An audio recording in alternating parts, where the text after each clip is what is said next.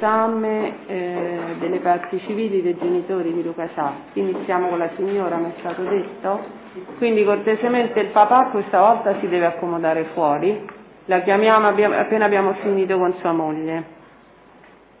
La signora deve venire qui accanto a noi.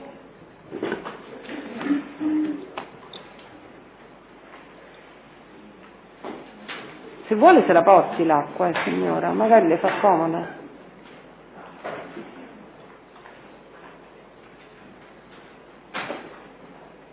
Si può accomodare, buongiorno di nuovo.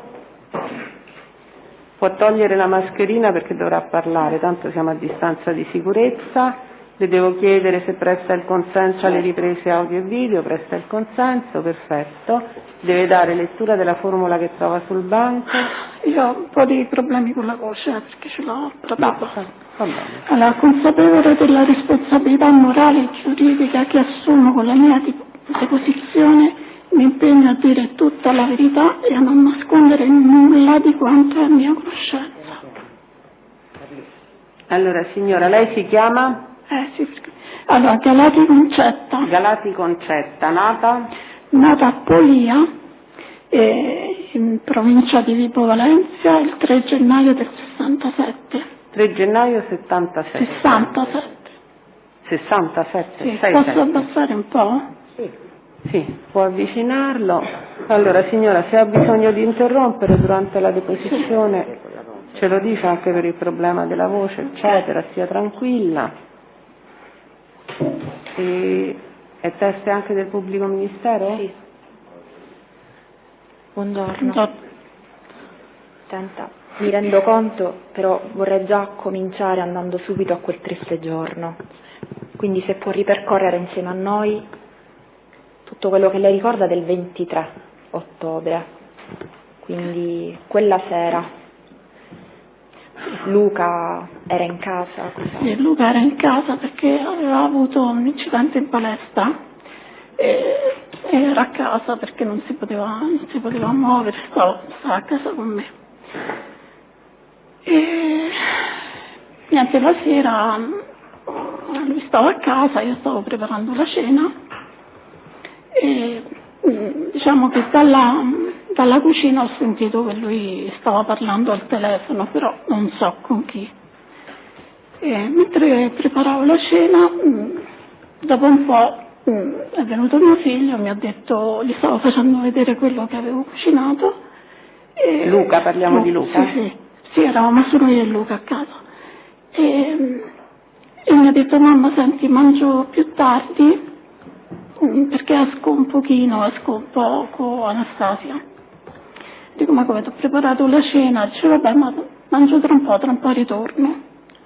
E ho detto, va bene, mi sono messa sul divano, lui si è preparato, è uscito fuori e mi ha detto, ciao ma, ciao Lu, e basta.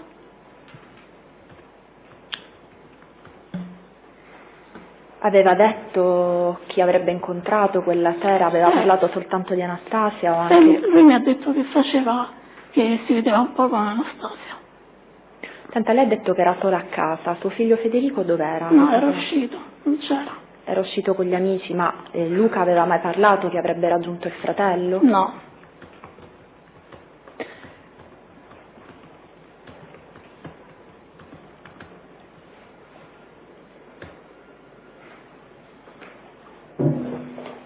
Senta, lei poi quando è stata chiamata? Quella sera? No, io non sono stata chiamata, è venuto mio figlio Federico con un amico di famiglia, un medico. Può dire il nome? E mio figlio Federico Sacchi e Luciano di Somma, un amico di famiglia che è medico. Quindi è venuto a casa? Che ora era? Sono venuti a casa, penso intorno all'1. Io stavo nel letto e insomma è entrato Federico, mi ha detto, mamma guarda chi c'è. Di solito non veniva a quell'ora, questo mio amico. Gli faccio, come mai stai qui? Dice, mi fa lui, mi dici sempre che non ti vengo a trovare, invece stasera sono venuto. niente, mi sono alzata e mi ha detto: senti Tina, è successo una cosa a Luca. Dico: che cosa? È caduto da un muretto e ha sbattuto la testa. E ho detto: ma come sta? Ho detto: è grave. Oh, scusate. E allora mi sono vestita e siamo andati direttamente in ospedale. E chi eravate? Quindi lei, suo figlio Federico e questo Luciano. mio amico, Suo marito era già in ospedale? sì. Purtroppo glielo devo chiedere, in ospedale lei chi ha trovato? Che situazione ha trovato? In ospedale io sono entrata e quando sono entrata ho visto una camera accanto, così, che c'era Luca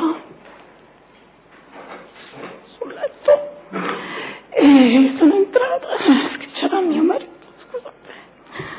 Signora, tranquilla. Prenda Abbiamo tutto il tutto il tempo che tempo, se vuole vuole. fare una pausa.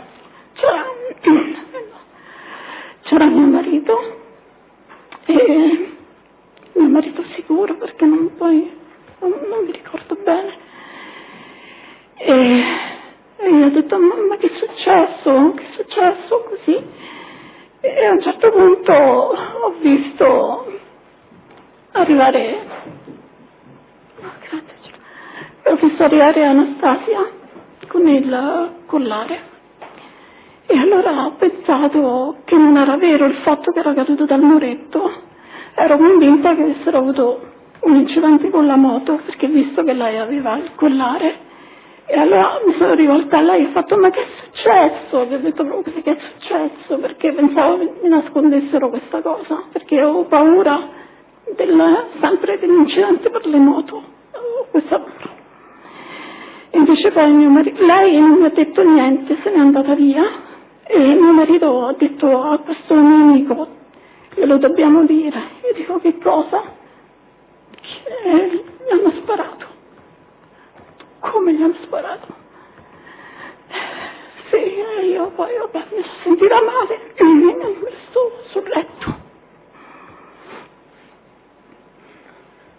Senta, lei ricorda la presenza di Giovanni Princi in ospedale? L'ha incontrato? In quel momento no. Non lo ricorda? Sì, proprio in quella stanza, in in quel momento no. Ricorda la presenza di Marco Lico? Sì, sì. Ha avuto modo di parlare anche con altre persone. Immagino la confusione Sì, che sì. si sia creata in quei momenti. E ricorda la presenza di Marco Lico? Sì, sì. Ha avuto modo di parlare direttamente con lui? Con Marco forse no, non credo, quella sera no.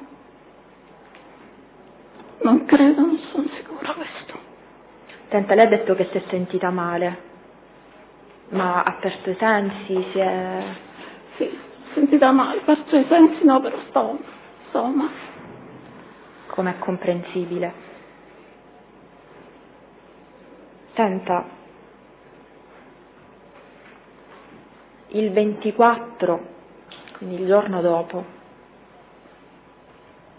se può descriverci un po' quali erano gli umori a casa e in particolare se ha avuto modo, lei ha detto prima che non ha più avuto modo quella sera di parlare con Anastasia.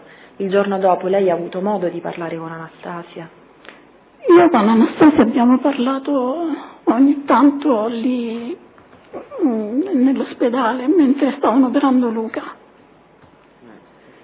Lei Quindi mi diceva, dopo quell'episodio in cui lei le ha fatto la prima sì, domanda, perché poi dopo siamo andati su perché lo dovevano operare, per quindi vedere se le poteva. prime ore del 24 Sì, per sì, intendere. cioè la notte.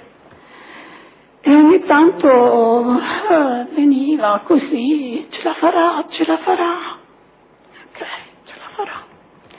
Ci siamo messi persino a pregare per terra, io e lei e altri. E poi vabbè, è successo così, ci hanno detto che non c'era più niente da fare. E mentre pregavate, avete avuto modo di parlare con Anastasia della dinamica? No, questo no. perché io sapevo che era stata una rapina. Da chi lo ha saputo? Da mio marito e chi altri, però sinceramente in questo momento non me lo ricordo. Però insomma che era una rapina. E poi le hanno detto che non c'era più niente da fare. Sì.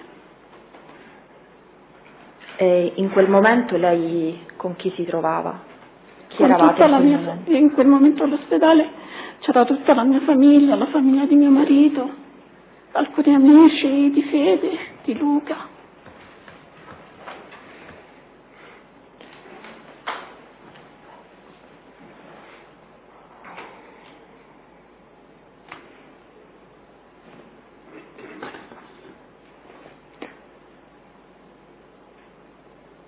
E dopo questi momenti lei ha avuto modo di parlare con Giovanni Princi, con... Giovanni Princi, Clementina, la fidanzata di Giovanni Princi, erano molto distanti. Ma erano presenti in Sì, ospedale? erano presenti, però cioè, tu sei amico di mio figlio, non è mai venuto da me a confortarmi, né lei, né Giovanni, che dice sempre che è amico di mio figlio, no? Ma lei chi intende, Anastasia o la ragazza di Giovanni? La ragazza di Giovanni, Clementina Borcea. E comunque Anastasia non è che è stata poi così tanto vicina. Quindi della dinamica di quella sera le uniche parole che lei ha avuto, gli unici chiarimenti che credo siano legittimi per una madre che perde un figlio, li ha avuti soltanto da suo marito che li aveva raccolti da amici o da chi? No, O ha avuto questo- modo di parlare con chi era presente quella sera? Ma che avevano detto che era una rapina, io adesso questo sinceramente non lo so, perché in quel momento mi sembrava così tutto assurdo, perché io ero partita dal fatto che prima mi avevano detto che era caduto dal muretto, poi vedendo lei con Anastasia con il collare ho pensato all'incidente con la moto, perciò era un po' tutto confuso. Poi mio marito mi ha detto che era stata una rapina, perciò era tutto. Io poi pensavo a mio figlio, sinceramente, pensavo a mio figlio. Allora, lei ha detto che Anastasia non le è stata vicino, No, ma Anastasia frequentava la vostra casa, Come che no? rapporto c'era fra voi? Bellissimo. Io Anastasia l'ho conosciuta adesso 5 anni fa. C'è stato sempre un buon rapporto. Sembravamo quasi, dicevo sempre mi sembri io, perché di tali comportamenti lei era sempre molto timida. Qualsiasi cosa, se magari, che ne so, discutevo così con mio marito, io andavo sempre da lei e dicevo: Anastasia, stai tranquilla, non è che ce l'ho con te, perché magari una persona che sta dentro casa pensa che uno litighi per lei, no?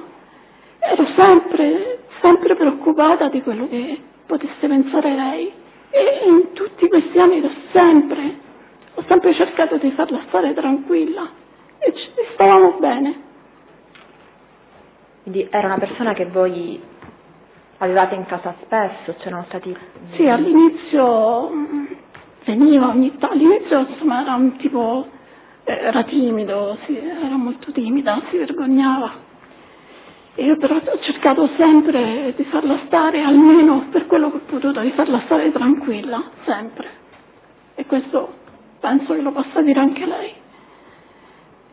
Poi a un certo punto Luca ci aveva chiesto se poteva stare con noi.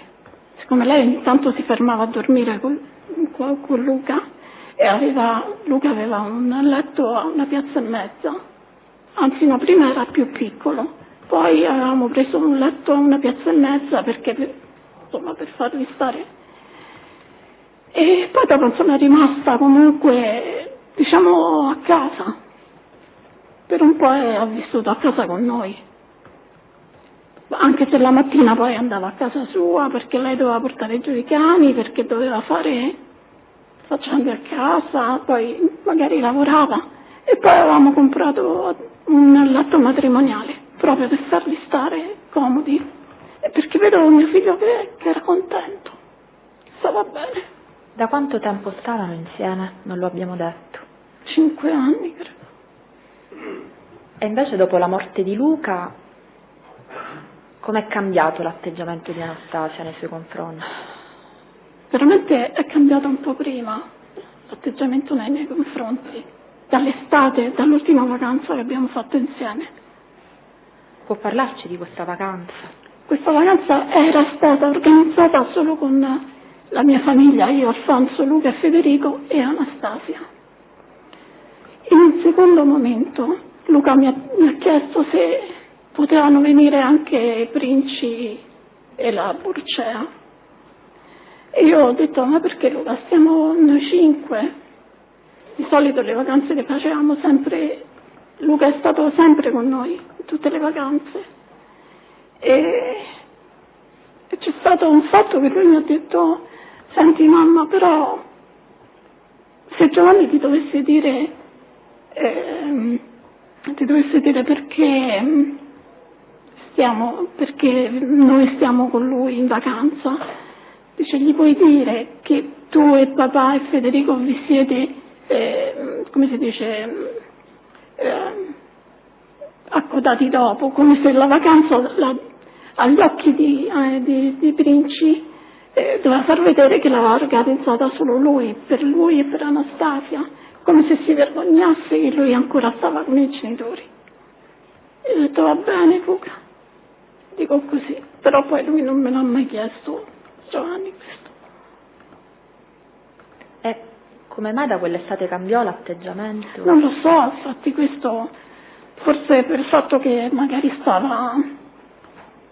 perché c'era Giovanni, c'era Clementina, e allora si sentiva più di stare con loro, però era più distaccata, tant'è vero che quell'estate, l'ultima che ho passato con mio figlio, è stata brutta, perché ho dovuto discutere con mio figlio, e non perché io volessi mio figlio attaccato alle gonne della mamma, ma perché io con mio figlio ho un rapporto bellissimo, con mio figlio Luca e con Federico.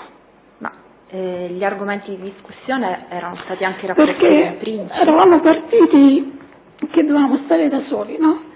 Però poi dopo, logicamente, io non dico, perché quando poi hai amici ti va anche di stare con gli amici, no? Però siccome io non vedevo di buon occhio Princi, non mi è mai piaciuto come persona, io gli ho sempre detto a Luca, però Luca mi diceva sempre perché lui si divertiva, Giovanni perché era così, era allegro, che non si vergognava di niente. Ecco, vorrei chiarire meglio, anzitutto, da quanto tempo Luca conosceva Princi e quali erano i rapporti tra Luca e Princi. Luca ha conosciuto Princi a scuola, però è stato l'ultimo anno di liceo, però non era una frequentazione assidua l'ultimo anno, anche perché io non lo conoscevo, sinceramente non l'avevo mai visto. Poi me l'ha fatto conoscere perché c'è stata una vacanza, noi abbiamo casa in Abruzzo, e mi aveva chiesto se poteva far venire questo Princi e un altro ragazzo in vacanza a casa da noi. Ho detto va bene, ok, fargli venire. Però in vacanza lui si è comportato veramente male, era un ragazzo maleducato, era come se fosse casa sua, invitava chi voleva, la sera faceva entrare chi voleva. Scusatemi, però magari soffiava il naso e buttava i fazzolettini sul divano, oppure aspettava sempre, siccome lui è vegano, diceva sempre che Tina, allora che facciamo? Stasera che fai per cena? Come se fosse in albergo questo. E non mi piaceva il comportamento. E dopo un po' di giorni io ho chiesto di mandarlo via. Lo ha chiesto a Luca. Sì. E quale fu la reazione di Luca? No, Luca, c'è stata una sera che erano intorno alle 11 e lui ha fatto entrare tutti gli amici, che poi erano amici di Luca, del paese, a casa. Cioè lui di spontanea volontà sua li ha fatti entrare tutti dentro casa senza chiedere niente a me e niente a Luca. E niente, stavamo seduti, infatti questi amici di mio figlio gli dicevano: Luca, noi entriamo, perché sapeva che almeno questi amici di mio figlio l'educazione ce l'avevano. Vabbè, sono entrati, noi stavamo sul divano, io e un cugino di Luca e Luca, e invece Giovanni Princi e tutti quest'altri amici stavano seduti in cucina, e tutti lì seduti insieme. A un certo punto Giovanni Princi si alza e mi dice: senti Tina, che facciamo stasera, che possiamo fare da mangiare o stasera o domani?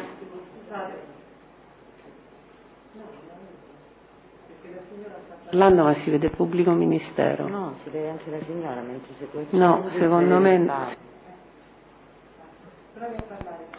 Che facciamo stasera per cena?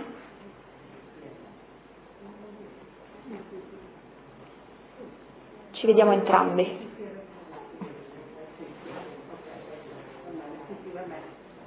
Mi ha chiesto: che facciamo stasera per cena? Luca si è rivolto a Princi e ha detto: senti, facciamo una cosa, prendo la comanda, così magari mia madre ti fa quello che dici tu. Insomma, un po' alterato. E lui gli fa: che è successo Luca? Che c'è qualche problema? Sempre lui così. Il microfono un attimo. Ecco.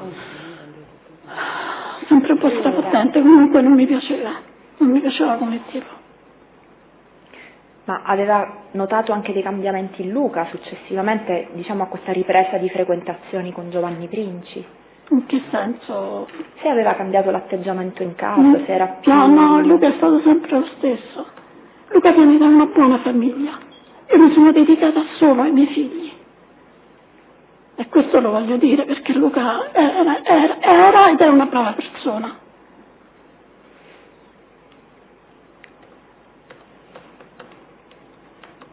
Torniamo invece a tutto quello che è accaduto dopo la morte di Luca. Qual è stato l'atteggiamento di Anastasia nei suoi confronti?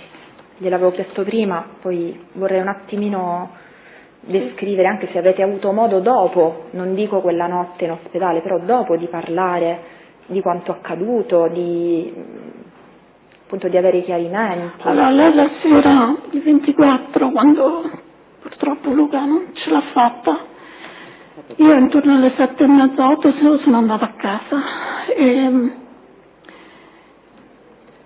lei invece è rimasta in ospedale con mio cognato e altri, perché c'era un sacerdote e hanno detto una preghiera per Luca. Poi lei mi ha mandato un messaggio e mi ha detto: Tina, io...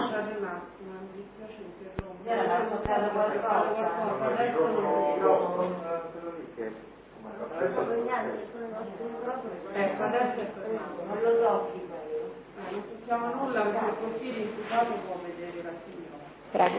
E allora lei mi ha mandato un messaggio, dopo mi ha detto: Tina, senti, noi siamo qui, stiamo dicendo una preghiera per Luca e io, che ancora ce l'ho il messaggio, posso venire da voi? Io vengo, così mi ha detto. E io ho risposto sì, una cosa del genere. E poi è venuta la sera a casa, siamo stati un po' lì a casa e poi lei mi ha detto: ti dispiace se stasera dormo a casa mia? Io ho detto: no, non c'è nessun problema, e è andata a casa. E non avete più avuto modo di... No, perché io sapevo questa cosa, cioè io per l'incidente che è successo a mio figlio, per questa cosa io sapevo che era una rapina, questo. E ho sempre cercato di tenerla sempre vicino, Anastasia, sempre con me, sempre, e questo penso lo possa anche testimoniare. La volevo sempre vicino, anche perché vedendo lei sembrava come se ci avesse ancora mio figlio.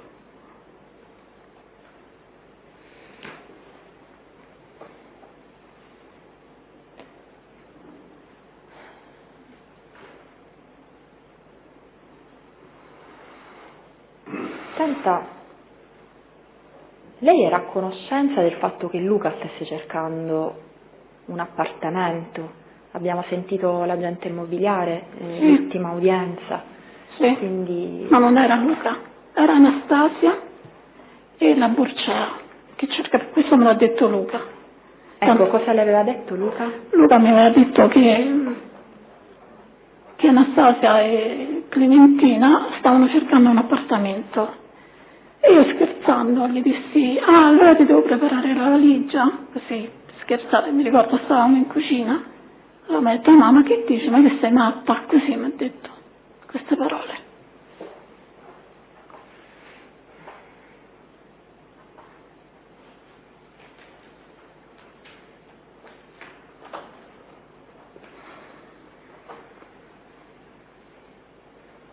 Io non ho altre domande.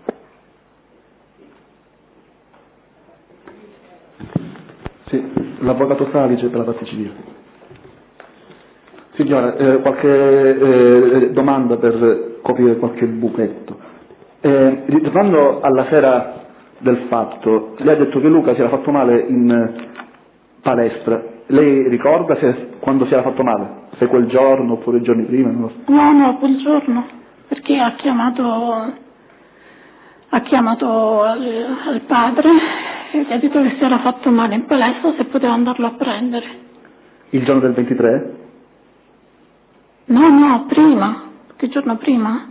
Ah, quindi non il giorno del 23 si è fatto male, qualche giorno prima. Che giorno prima? 2 o 3 giorni prima. Senta, quella sera, prima di 3 o 4 giorni prima. 3-4 giorni prima, quella sera, prima di uscire, lei ricorda se Luca e Federico si sono visti, incontrati, si hanno fatto qualcosa insieme? Ma il 23? Sì. Il 23 Luca gli aveva chiesto a Federico, siccome Luca aveva preso una moto, uno scooter, e lui non poteva provarlo per vedere come andasse.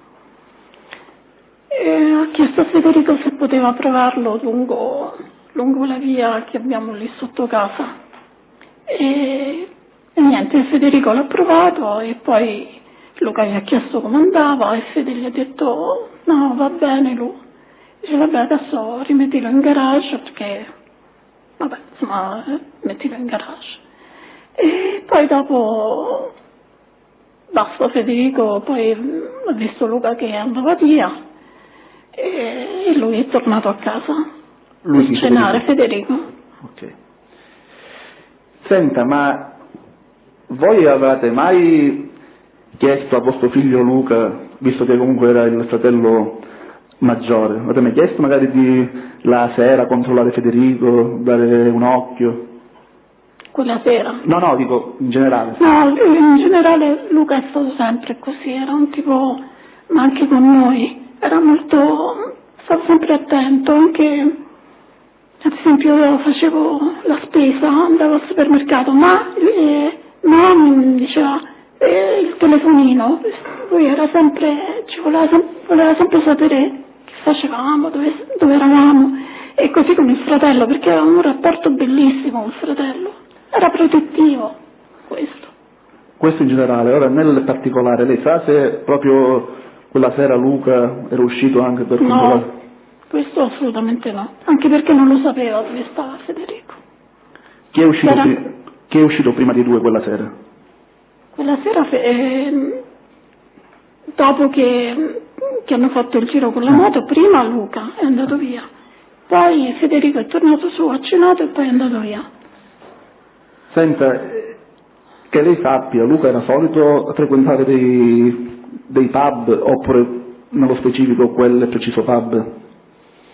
Allora, di quel pub no, veramente non ne sapevo neanche l'esistenza di questo pub io, perché non me l'ha mai detto. Magari forse... Ma a parte quella sera, Luca era un tipo che frequentava pub, la sera usciva, stava a casa, cosa? Allora, Luca insieme ad Anastasia, da quando è stato, anche prima che conoscesse Anastasia, era molto casalingo, a lui piaceva stare a casa, vedere la televisione, tant'è vero che anche con Anastasia stavano sempre in casa. E io gli dicevo pure, ma scusa Lu, ma portala in giro, fagli fare qualche altra cosa. E lui mi rispondeva, ma tanto pure a lei piace stare dentro casa, vedevano la televisione, vedevano i film. Senta, venendo ora a questa, lei ha detto che il suo rapporto con Anastasia era buono, insomma era ottimale, fino a all'estate prima del fatto, che prima non so, mi è sfuggito, non è stata molto specifica. Cioè, come mai? Lei ha detto, va bene, Princi lei non l'ha mai visto di buon occhio per i motivi che ha spiegato. Io vorrei capire, se lo fa capire anche alla Corte. Perché i suoi rapporti con Anastasia iniziano a inclinarsi in quella vacanza e poi al vostro ritorno a Roma? Allora, io penso che per quella vacanza, allora, lei non era come tutte le altre volte, io l'ho vista distante, l'ho vista più che voleva stare insieme a Clementina, a Princi, ma questo lo capisco, però c'è modo e modo, no? Fino a che ti posso dire, 3-4 giorni prima era tutto normale, poi improvvisamente cambi così. Questo mi è parso strano. Poi forse ho collegato il fatto che siccome io avevo visto come ho già detto, uno sguardo tra Giovanni Princi e Anastasia, io da mamma sinceramente ho pensato ci fosse qualche cosa da mamma di sentimentale, io quello ho pensato. E l'ho detto a mio figlio, forse lui magari ingenuamente, perché di solito gli uomini fanno così, ingenuamente magari ne ha parlato con Anastasia e lei evidentemente questa cosa le ha dato fastidio. E poi non c'era quel rapporto di prima, non era così. Senti, ma quando lei dice ho visto, non so, questo sguardo, non so cosa si riferisce, un'intesa, non lo so. Sì, perché eravamo rimasti io, Anastasia, Princi e il cagnolino di Anastasia seduti lì. E Federica e Luca e la fidanzata di Princi erano più distanti, anche mio figlio, e io ho notato qualcosa di strano nello sguardo, poi lui sempre in braccio con questo cagnolino, come se, mi ha dato fastidio questa cosa, da mamma mi ha dato fastidio, è una cosa che io ho collegato sinceramente che ci fosse qualche altra cosa. Poi dopo, col passare del tempo, ho capito che questa cosa invece non era sentimentale, ma forse c'era altro. Quindi lei vuole dire che all'inizio magari lei pensava che era un'intesa magari certo, da mamma sì. Poi dopo, insomma, con le cose che sono con le cose che sono uscite fuori ho collegato altre cose. Complicità non sentimentale magari, complicità su altri temi. Senta, una volta che voi rientrate a Roma, poi Anastasia frequentava la vostra casa come prima oppure no?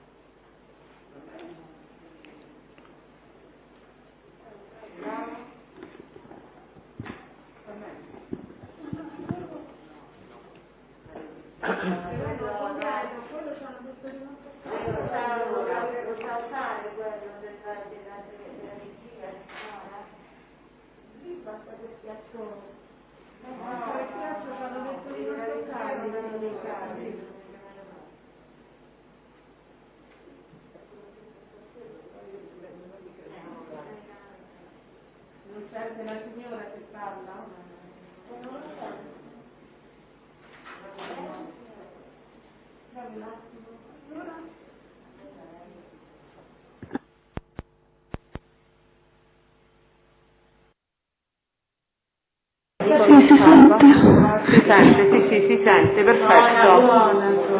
Grazie Teresa. Spero di no. Perché suona? Ho visto che era partito il fischio. No. Forse era troppo vicino, No, ogni tanto, vabbè, lo risolveremo. Si sente. No, ma mi sembra che vada bene.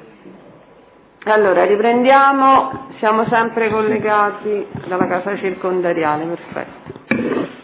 Sì, allora, Della vacanza avevamo detto, un attimo di riprendere il filo, quindi stiamo dicendo al vostro ritorno da Roma, cioè no da Roma, a Roma, Anastasia non frequentava più casa vostra come prima, mi pare che aveva detto. No, perché diciamo noi quando siamo tornati dalla vacanza, io, mio figlio Federico e mio marito, loro Anastasia e tutti gli altri sono rimasti un giorno in più su Auronzo di Cadore. Poi da lì sono partiti, sono rientrati e sono andati in Abruzzo per una settimana, credo. Sì, per giù una settimana. E poi sono tornati a Roma. Però lei non è più venuta a casa mia. Io ho pensato forse perché Luca magari mi ha fatto presente questa cosa e allora per quello... Lei per questa cosa intende quei sospetti che aveva detto Luca della Principe? Sì. Okay. Senta, sulla domanda che gliela faccio, no? Suo figlio Luca, che lei sappia, faceva uso di sostanze stupefacenti?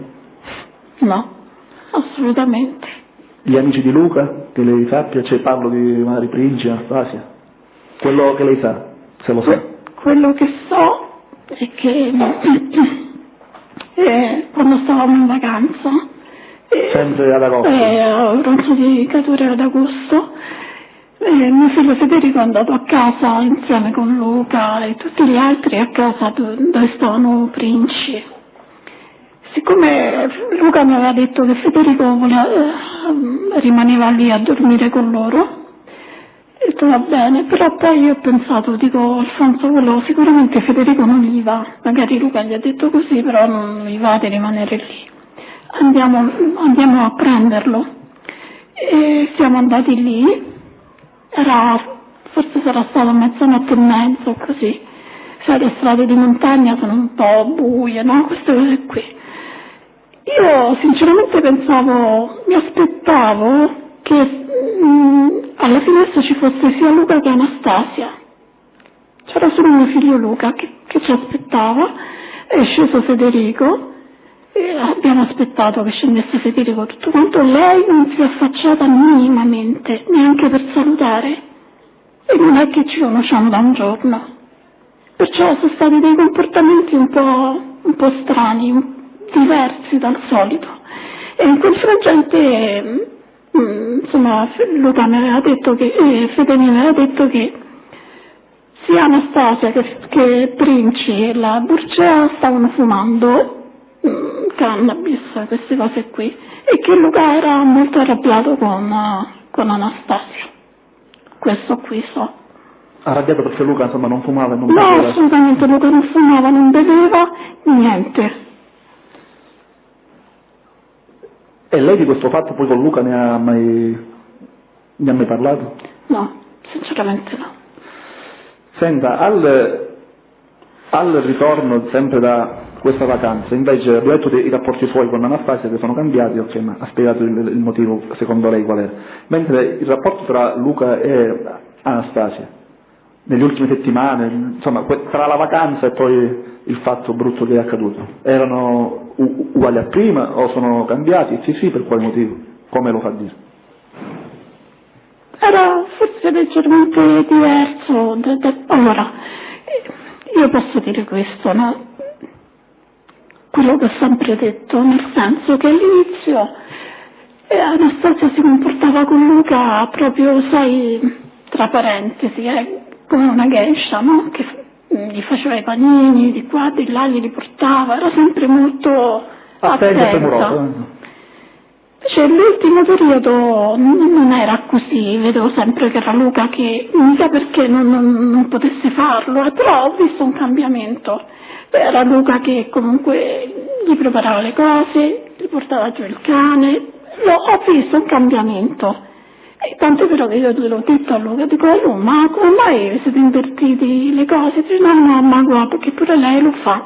Dico ma, cioè io stavo lì, vedevo che la cosa era diversa e poi anche la vedevo cambiata, nel senso che all'inizio un po' mi aiutavano a casa, magari sistemava, poi piano piano è andata scemando questa cosa, tanto è vero che mi lasciava anche, come si chiamano, le le tazze che magari si faceva il tè, le lasciava lì senza di... Infatti io dicevo a Luca, sì, ma almeno la tazza in cucina, perché non la porta? Cioè, almeno questa, cioè, era un po' diverso come era prima. Senta, invece Giovanni Princi frequentava la vostra casa qui a Roma? Sì, la frequentava e stavano... In che termini la frequentava? Specialmente la sera, perché poi lui non aveva orari, questo Princi, veniva a casa, si vedevano i film, e calcoli, mio marito torna a casa verso l'1:30 la notte, no, perché abbiamo un ristorante, e lui stava lì, vedevano i film, però magari si alzava per andare in bagno mio marito, tipo le 3, le 3:30 lui ancora stava lì. Poi Luca magari non era il tipo che diceva vabbè, Giova, vai via, cioè, insomma, non glielo diceva. E era così, insomma, vedevano i film insieme, oppure andavano con le moto, in palestra, queste cose qui. Senta, ora veniamo al giorno dopo, il tragico fatto. Se lei può raccontare, perché lei è stata sentita già dai carabinieri un mese dopo i fatti, è stata molto specifica. Se può fare uno sforzo di memoria e raccontare alla Corte. Prima su domanda del pubblico ministero lei ci ha raccontato che Anastasia dopo, perché il fatto succede la sera del 23, la mattina del 24 vi danno la triste notizia, lei ha detto poc'anzi che poi lei alle 7:30 ritorna a casa, Anastasia rimane lì perché fanno una messa, poi ritorna la sera a casa, non parlate insomma del fatto, e poi lei chiede se dorme a casa propria. Sì, io ho detto, no. Ok, perfetto. Sì. E questo ci siamo arrivati. Il giorno dopo, che cosa accade? Quindi già siamo al 25, mi pare che Sì. ottobre, pare che era venerdì. Sì. Allora, durante la notte tra il 24 e il 25 erano le 4:15 e mio marito si è sentito male. E io ho mandato un messaggio a Anastasia, erano le 4:15 così, e ho chiesto se è sveglia, però lei mi ha risposto alle 7 e mi ha scritto Tina, sto arrivando. È arrivata effettivamente alle 7. Lei mi ha risposto alle 7:20, alle 7:30 stava a casa mia con la mamma. Con la mamma di Anastasia. E poi cosa? E poi niente, è venuta a casa e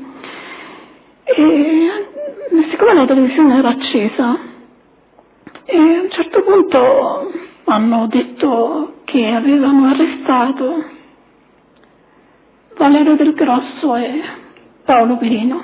Diciamo alla mattina del 25. 25. Okay. E in quel momento Anastasia si è agitata. Si è agitata e io ho detto, mi ha chiesto la macchina, ho detto Tina, mi puoi dare la macchina? Ho detto, certo, non c'è bisogno che me la chiedi. Cioè, mi scusi un attimo, si è agitata quando ha sentito che erano sì, stati arrestati i due? Sì. Cioè, in quel momento si è agitata, così io pensando, ho detto, ma che devi fare? Mamma, devo fare una cosa. Ma che cosa? Ma dove vai? Io ero convinta, dato che avevano arrestato queste persone, che lei volesse fare qualcosa. Sì, o che ti volesse vendicare. Infatti ho detto, ma dove vai da sola? È pericoloso, vai, portami tua madre. E poi hanno parlato in ucraino, ha preso la macchina e è andata via. Quale macchina ha preso? La macchina di mio figlio Luca, la Panda. E poi gli ha detto dove andava? no, mi ha detto doveva fare una cosa. Ok. E io insistevo, ma che cosa? Dove vai? Cioè io ero preoccupata, tra virgolette, per lei, perché pensavo che andasse per... A fare qualche sciocchezza. Sì.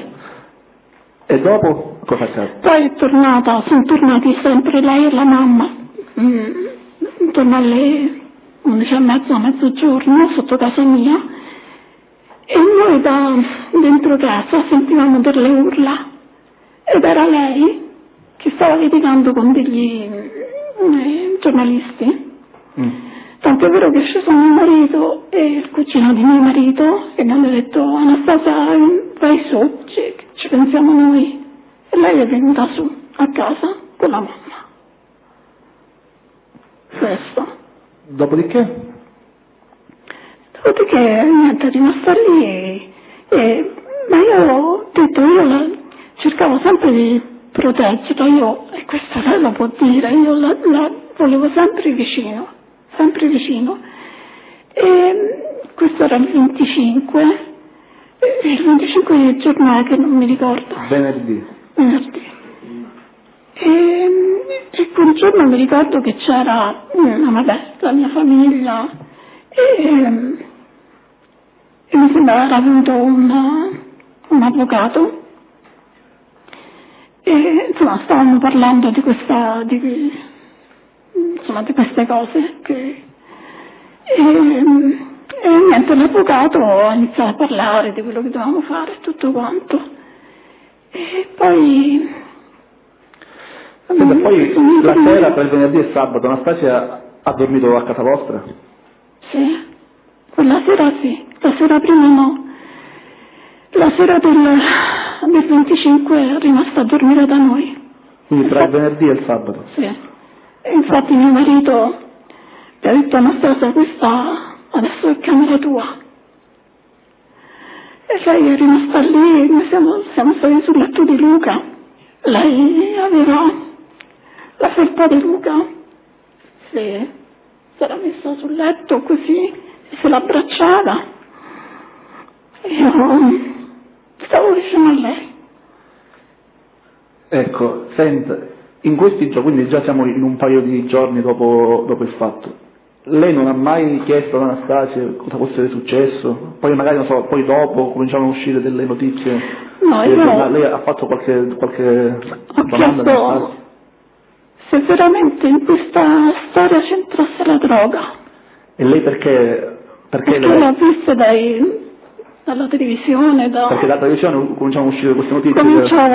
Uscivano queste notizie che associavano la droga, lo spaccio, tutte queste cose.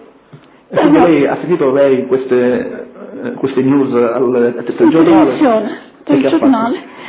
Ho chiesto a Anastasia, mi ricordo eravamo io, Federico e Alfonso. Anastasia era seduta sul letto Alfonso è suo marito, giusto? mio marito. Anastasia era seduta sul letto di mio figlio e noi tre stavamo in piedi e gli abbiamo chiesto se c'entrava la droga in questa storia e lei mi ha detto sempre no. Per 3 volte mi ha detto. E lei l'ha creduto? Sì.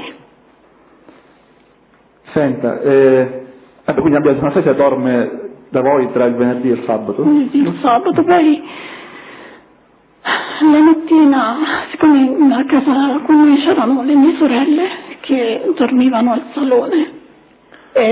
Dormivano a casa vostra, dico per il fatto che era successo, per farle vicino. Dormivano al salone e per uscire la porta sta vicino al salone, insomma la porta d'uscita. E lei la mattina alle 7 è andata via. Io però... Alle 7 del sabato? Sì. Io però non stavo a letto, questo me l'hanno riferito le mie sorelle, che stava anche con il pigiama, la parte sotto del pigiama, e mia sorella ha detto ma dove vai? E no, devo andare a casa, e mia sorella ha detto ma che vai con il pigiama? E ho detto sì, e è andata via senza dire niente. Il sabato mattina? Sabato mattina. Con il pigiama. E poi ha fatto ritorno? Poi dopo è tornata sempre lei, la mamma, poi a un certo punto ho visto anche il padre, ho visto lo zio e quel giorno poi io ho deciso di cambiare avvocato e abbiamo scelto, avvocato Decima e l'avvocato Decima poi mi ha detto, ha consigliato ad Anastasia di prendere un altro avvocato, che lei non poteva comunque... Era lì presente? Sì, che non poteva comunque difendere anche lei, insomma, con tutte e tre, insomma. E le ha chiesto di consultare un altro avvocato. E Anastasia cosa ha fatto? Poi il pomeriggio aveva un appuntamento, la mamma aveva visto un altro avvocato e lei è andata via dicendomi che quella sera sarebbe venuta a dormire da me. E ho aspettato e quella sera erano le 11 e ancora non mi aveva chiamato. E lei il sabato quando è che era andata via? E il pomeriggio, mi sembra che aveva l'appuntamento alle 4, se non sbaglio, non sono sicura. E ve l'ha detto che poi il sabato sera sarebbe venuto a dormire di nuovo a casa vostra? Sì. Perché fino alle 11 non si fa viva? No, erano le 11, a un certo punto io l'ho chiamata al telefono e gli ho detto, volevo sapere come era andata. Lei mi ha chiesto se sapevo qualcosa se avevo saputo altre cose, io ho detto di no. Altre cose su cosa? Delle indagini. Ah. E poi mi ha detto che dico, ma non vieni? Dice, no, senti Tina, ti dispiace se non vengo perché c'è mio padre che stava un po' male col cuore, qualcosa del genere. E ho detto, va bene, non ti preoccupare. Poi ho detto, ma sei sicura che per questo? E poi mi hanno detto gli avvocati di non venire. Lei mi ha detto, no Tina, è per questo, anche perché cioè insomma in temporale quei giorni mi diceva, una volta che stava male la mamma, una volta la sorella, una volta il papà, e un'altra volta che c'erano i giornalisti sotto casa, cosa che invece non c'erano. Quindi da quella mattina, quindi da questo giorno del sabato, questa mattina del sabato, Anastasia è mai più venuta a casa vostra? Ah, quindi da quel sabato non è più... No. E poi nelle settimane a seguire? Dopo qualche giorno lei, cioè il giorno dopo, così, mi mandava messaggi che mi voleva bene, che sperava che riuscissi a dormire, sia io, Feffo e Alfonso. Ti voglio bene, mi mancate, anche io. Poi è finito lì perché io dopo vedendo tutte le cose che sono successe, cioè piano piano che succedevano le cose, Lei non l'ha più cercata? Non l'ha più cercata lei neanche. L'unica volta che si è fatta sentire sia con Federico, qualche volta, e poi Federico non l'ha voluta più sentire neanche lui. E un'altra volta aveva mandato a mio marito un messaggio per quanto riguarda il funerale di Luca, che lei non sarebbe venuta perché per questa cosa mediatica, che tra parentesi non l'ha voluta Luca, e non sarebbe venuta perché per non creare confusione. Però posso dire, io sto 5 anni con un ragazzo, avrei fatto di tutto per andare al funerale. Va bene. Io allo Stato non ho altre domande. Grazie.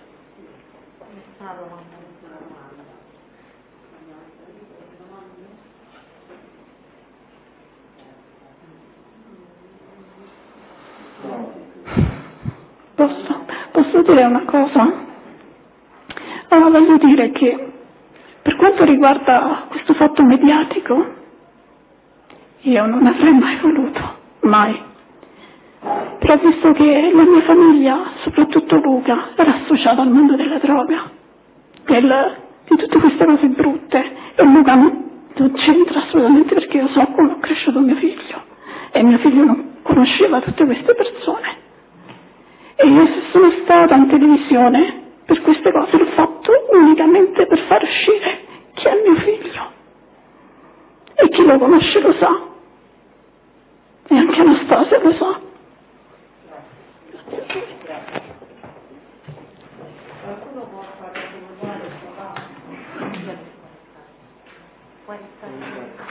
No, tu puoi stare.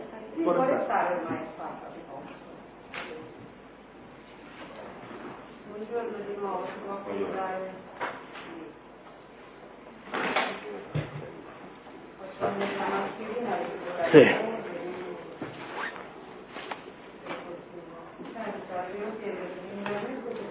Sì.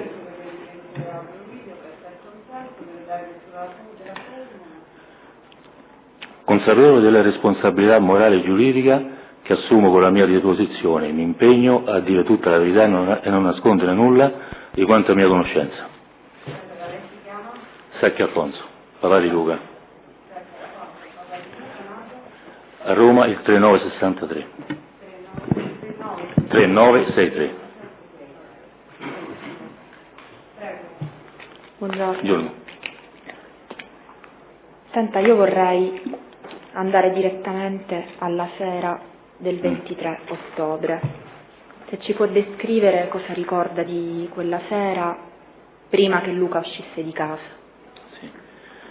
Allora, premetto che io la sera esco sempre intorno alle 7:19, insomma, 7 un quarto per andare al lavoro, al ristorante. E quella sera alle 7 stavo facendo la terza puntura di antidolorifico, perché Luca 3 giorni prima in palestra si era fatto male alla schiena e aveva dei forti dolori e un medico di famiglia ci aveva prescritto questo antidolorifico e io quella sera stessa gli faccio la puntura, che poi Luca oltretutto aveva anche paura di queste punture perché è un tipo un po' pauroso, medicine, punture, tutte queste cose qua. E gli faccio la puntura, tutto quanto, poi gli faccio come ti senti, come stai? Papà, va un po' meglio. Infatti lui girava dentro casa con le stampelle e quella sera stessa lo aiuta ad alzarsi dal letto, ho fatto la puntura, poi c'è le stampelle e prova a camminare, però è una camminata molto rigida perché ancora non stava bene. E faccio, ma tanto non esci, vero? Lui mi risponde, no papà, dove vado così? Ok, lo saluto, do un bacio e me ne vado. Ma cosa si era fatto Luca esattamente? Che tipo di problema aveva? Sì, lui stava in palestra, si stava allenando per se stesso quella sera, perché di solito andava pure ad allenare le persone. E quella sera credo che aveva fatto lo squat, i pesi che si mettono sulla schiena e vai giù e con le gambe. E diceva, papà, non ho caricato molto perché ancora devo iniziare, però ho fatto troppo a freddo e non mi sono scaldato bene. E mi ha preso questo stiramento, strappo, non so. Fatto sta che lui non riusciva neanche a camminare, infatti quella sera stessa che era successo, io ricevo una telefonata, stavo per uscire, ricevo la telefonata, papà, non andare al ristorante, vienimi a prendere perché non riesco a camminare, non mi muovo proprio, mi sono fatto male alla schiena. E io dico, quale palestra è? Me la indica, adesso non mi ricordo la via, però è sempre nelle vicinanze, ci sono 3 o 4 palestre, insomma. Vado di corsa con Federico, con la macchina di Luca, la Panda Celestina. Vado davanti alla palestra e trovo Luca sdraiato sul sedile del passeggero, proprio sdraiato come fosse un letto, della macchina di Anastasia, la macchina gialla. E chiedo subito come ti senti, papà non riesco proprio a muovere, sto proprio bloccato. Aveva paura che se fosse venuta un'ernia, qualche cosa, perché magari non sforzo. E io dico, ok Anastasia, facciamo una cosa, allora, visto che sta già dentro la macchina, andiamo a casa mia, non lo facciamo scendere, portalo te. E andiamo tutti e due sotto casa mia. Ci fermiamo e praticamente Luca l'ho quasi preso di peso perché non riusciva proprio a muoversi. Mi sono quasi caricato sulle spalle, abita al primo piano, di solito saliamo sempre a piedi. Quella sera siamo saliti in ascensore perché lui non ce la faceva proprio a muoversi e lo porto sul letto. E questo quanti giorni prima del 23 Questo era il 20. Perché poi il 21 ho cominciato la prima puntura, il 22 la seconda, il 23 la terza ed ultima. Questo era il 20. E quindi il 23 Luca aveva recuperato un po' di mobilità in Aveva recuperato Quali un po' erano le condizioni fisiche di Luca quella sera? Le condizioni fisiche di Luca non erano ancora accettabili per uscire perché, le ripeto, girava con le stampelle, queste stampelle lui le aveva già da qualche anno perché prima è sempre stato uno sportivo. Ha giocato a calcio, è arrivato fino in eccellenza, che è praticamente sotto la Serie C. Lui dove andava eccelleva nello sport, era proprio un atleta. E esisteva solo lo sport, la passione per lo sport, qualsiasi tipo di sport. Fatto sta che ha partecipato a una gara di corsa qualche giorno prima pure, a luglio, non qualche giorno, a luglio, era d'estate, a Cerveteri. Lui per il suo fisico, le gare di 15 km, lui era pesante, però diceva papà, volere e potere, uno deve andare convinto, si è allenato, è andato pure bene, ha fatto un'ottima prestazione, non accettava che lui non riusciva a fare niente sullo sport. Ecco, prima di parlare di quei fatti, dato che gliel'avrei domandato comunque dopo, però possiamo dire chi è Luca? Non voglio parlare al passato, voglio parlare al presente. Chi è Luca? Che tipo di vita conduceva Luca? Luca era un ragazzo con le basi solide, un'educazione solida, quella che abbiamo insegnato noi, il rispetto, l'educazione, e poi stava sempre con questo sorriso, era molto solare, oltre che essere anche un bel ragazzo, non perché era mio figlio, era veramente un bel ragazzo, era molto solare. E io delle volte tornavo a casa con i problemi, con i pensieri, perché spesso io sono attività al ristorante, c'è il personale, c'è i pensieri, gli ordini, i pagamenti, tutto quanto, andavo a casa, mi bastava stare 2 minuti con Luca, mi faceva dimenticare tutto, perché veniva là proprio, papà, ma dai, ma non ci pensare, rideva, battute, cose, io non pensavo più a niente. E adesso questo mi manca tanto, non perché l'altro figlio non è, però è un altro carattere, sono figli, tutti e due. Però Luca era qualcosa di eccezionale. Però lei ha detto che era uno sportivo, Sì. Quale stile di vita teneva? Luca mangiava solo quello che diceva lui. Se facevi una matriciana, era buono da mangiare perché quello fa male, quello è pesante, non beveva Coca-Cola, non beveva alcol, beveva solo acqua liscia e temperatura ambiente, neanche il frigorifero. Io lo discutevo spesso con lui, no? Perché io bevo ghiacciato, bevo la Coca-Cola, non bevo alcol neanche io, a casa mia nessuno beve alcol, ne fumavo, non beviamo alcol nessuno. E mi diceva, papà, non bere Coca-Cola, ti fa male, io facevo, ma chi se ne frega, gli facevo così, no? Proprio risposta. Poi c'era un ottimo rapporto tra me e lui, quasi da amici, lui si confidava con me su tutto, come se fossi non un genitore ma un amico. Papà, sai, così, faccio questo così. Papà, ho comprato una moto così, voglio andare in pista, ci posso? Sì, io preferivo andare in pista se si sfogava piuttosto che facesse il deficiente, tra virgolette, nel traffico di Roma, che è pericoloso. Infatti lui aveva uno scooter 125 piccolo, insomma, che girava per Roma perché per andare in palestra a insegnare, per andare alla casa vacanza che gli avevo messo questo lavoro, l'ho creato io, e quindi economicamente stava pure bene. Stava bene economicamente, era un bravo ragazzo da imitare, perché ce ne sono pochi in giro così.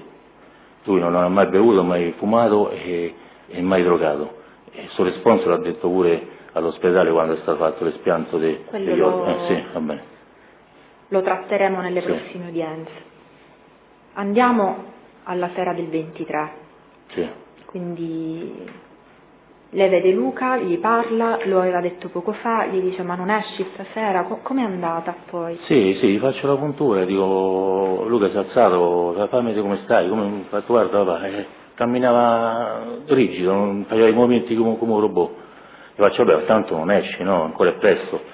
Fa no papà, anche perché voglio guarire subito, perché lui aveva intenzione di andare in pista pure la settimana, poi l'aveva rimandato alla prossima, perché dice non posso andare così, dove vado? Mi faccio male. E quindi aveva chiesto pure lui a me di fargli fare le punture, abbiamo sentito pure il medico perché faccia guarire subito, perché il lavoro che fa, poi la vista, la palestra, insomma voleva guarire subito. E quella sera mi diceva, papà, dove vado? Così, no, non esco. Quindi l'intenzione di Luca era che non usciva di casa. E questo io sono uscito alle 7:15, l'ho salutato, l'ho abbracciato, gli ho dato un bacio, mi fa pure, papà, perché sto bacio? E poi intanto gli davo, perché? Perché ti voglio bene. Questa ha risposto detto, lui mi ha risposto pure anche io, papà. E me ne sono andato, lì non ho visto più Luca. So che dopo è sceso, questo mi ha raccontato mia moglie, che è scesa intorno alle 9, 9:15, perché durante il giorno aveva acquistato un altro scooter più grande di cilindrata, perché lo che era effettivamente piccolo per lui, perché arriva sto gigante su sta cosetta piccola, diceva papà, mi viene pure in giro quando arrivo. Allora dice, lo posso cambiare, fa un 300, io faccio, vabbè, tanto se serve per lavoro. Infatti quello scooterino lì l'abbiamo venduto, poi erano tutti intestati a me per una questione di assicurazione, che si paga di meno, quindi vabbè, i figli lo fai, no? Quello scooterino lì l'abbiamo venduto, mi sembra, intorno al 20-19, qualche giorno prima. E poi il giorno 23, dopo pranzo, alle 3:30, quando apre l'agenzia ACI, che sta proprio alle spalle del nostro palazzo, Luca aveva dato appuntamento a questo venditore che era di Frosinone, però credo che vivesse lì a Ciampino, non lo so. Dice, io sto a Ciampino, te lo posso portare là, perché Luca gli ha spiegato che non poteva guidare, non poteva muoversi. E quindi mi dice papà vieni anche tu perché lo porta qui dietro, almeno lo portiamo sotto casa, che io non posso, e l'ho accompagnato con le stampelle fino là dietro, saranno 50 metri, però l'ho accompagnato e abbiamo fatto questo acquisto e poi gli ho portato il motorino sotto casa, non abbiamo un box sotto casa, l'ho messo lì e non l'abbiamo provato perché poi c'avevo da fare, Luca non poteva guidare e la sera quando poi sono andato via per andare al lavoro e mia moglie mi ha detto che Luca scende intorno alle 9, 9 e un quarto, ha chiesto pure al fratello scendi Federico, così mi provi lo scooter che l'ho comprato ma non so se funziona, e ha fatto scendere Federico e Federico ha fatto diversi giri, quella è una via privata, una via fatta a T, una via di casa nostra chiusa, quindi ha fatto dei giri lì intorno, anche perché non aveva neanche l'assicurazione ancora, l'avremmo assicurato il giorno dopo, ha fatto dei giretti lì senza uscire fuori, è tornato e dice Luca mi sembra che hai fatto un buon acquisto perché il motorino va abbastanza bene, ah va bene, ok, allora dai, questo tutto quello che mi ha raccontato mia moglie, non non c'ero, e Luca dice ok dai, allora vado a posare e io tra un po' torno che mamma ha fatto già da mangiare, credo che gli avesse fatto dei funghi e Luca era malato per questi funghi, gli piacevano questi chiodini con la pasta. I funghi chiodini. Sì, bravo. E Luca, Federico mi ha detto che l'ha vista andare lungo la nostra via privata, che finisce a 50 metri di via, a piedi, poi ha girato l'angolo e non l'ha visto più, è uscito a piedi perché la macchina non poteva guidarla, perché non poteva stare proprio seduto, io per fargli la puntura dovevo mettere io sul letto sdraiato e ritirarlo su perché non riusciva a piegarsi, quindi seduto non poteva stare tantomeno a premere i pedali, è andato a piedi, la moto non la poteva guidare. E non questo so, gliel'ha riferito sempre sua moglie. sua moglie, mia moglie e Federico mi ha detto che l'ha visto arrivare fino alle vie della strada, perché l'ha guardato dove andava, dice non c'era nessuno che l'aspettava là. E invece ci dica poi quella sera, Quando quando sono ha arrivato, saputo tutto l'accaduto. erano sì, circa delle 11 meno qualcosa, non lo so. E diciamo che il lavoro volgeva anche un po' al termine, fatto sta che io stavo seduto a un tavolo con Quindi un lei stava cliente. lavorando? Stavo lavorando, al sì, ristorante? al ristorante, di solito chiudo intorno alla mezzanotte, mezzanotte e mezza, io all'una, l'una e mezza sto a casa in genere.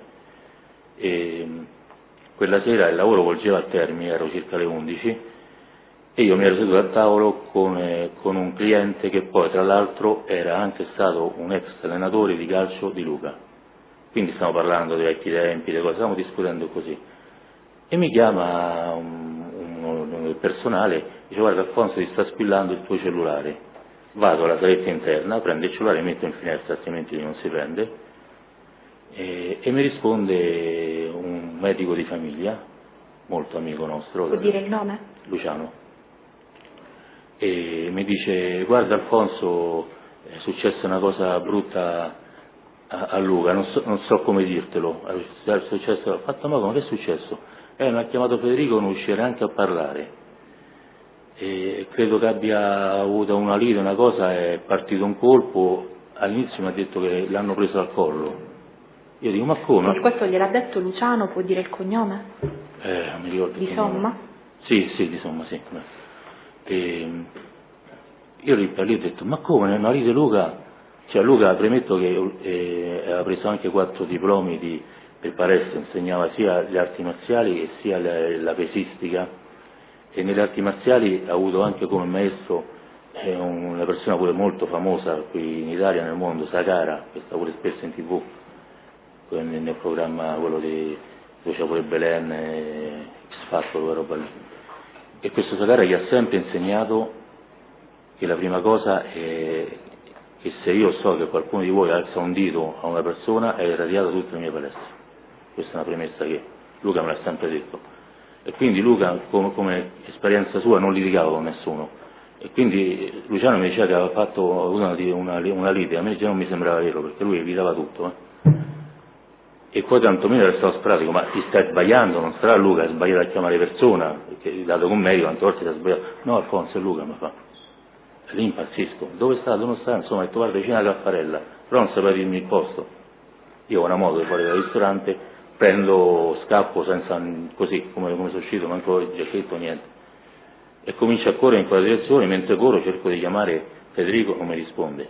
Anastasia non mi rispondeva. Provo ripetutamente diverse volte, poi a un certo punto mi risponde Anastasia, mi dice Sì, è successo, gli hanno sparato, ma dove gli hanno Ecco, sparato? cosa le ha detto? Sì. Se può ricordare le parole esatte. Mi diceva che gli avevano sparato, però non sapeva dove, non sapeva bene preciso. Ma come mi dici dove state almeno? Non riusciva neanche a parlare, poi mi passa un'altra persona, che credo sia stata Clementina, un'altra ragazza, una donna, la voce di donna, e mi dice sì, stiamo qua, mi dà l'indirizzo. Poi riprova a chiamare Federico, corri papà, mi fa. Io stavo andando di corsa. Quindi Poi, lei ha parlato prima con Anastasia, poi con un'altra ragazza che immagina sia Clementina, Sì, comunque sì. vicino ad Anastasia, Sì. e poi con suo figlio Federico, che era sì, io con l'ho loro. capito quando ho attaccato, non era stata, pensavo che era ancora lei perché se gli ha dato il telefono, non lo so. Poi in quel momento io stavo veramente, non so neanche come ho fatto ad arrivare là, io non so se ho passato semafori rossi, verdi, non lo so, sono andato come un matto là. E quando sono arrivato sul posto perché ho visto sulla piazza, perché non ho capito bene che era quella piazza, neanche che c'era un pub, io non manco sapevo che c'era quel pub, oppure abito là vicino, perché ho visto gli lampeggianti.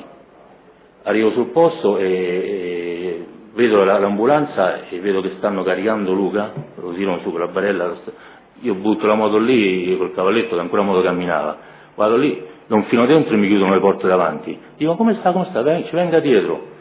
Salvo sulla moto, arriva Federico che piangeva.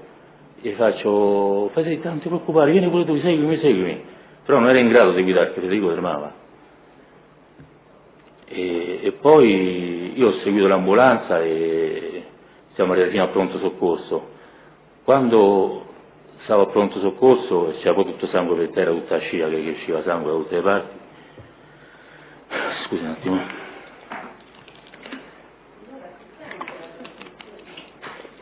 Mi avvicino? Se vuole fare una pausa. No, vabbè, vado, non ho problemi assolutamente. Dopo qualche minuto sopraggiunge mio figlio Federico col suo amico Marco Lico. E voi eravate ancora lì? Io stavo dentro all'ospedale, dentro all'ospedale, al pronto soccorso, perfetto. era al pronto soccorso dell'ambulanza. E dopo qualche minuto sperato io arriva Federico e Marco Lico. E gli dico, Federico, volevo sapere come era successo, tutto quanto, non riuscivo neanche a parlare perché Federico piangeva, io pure non riuscivo.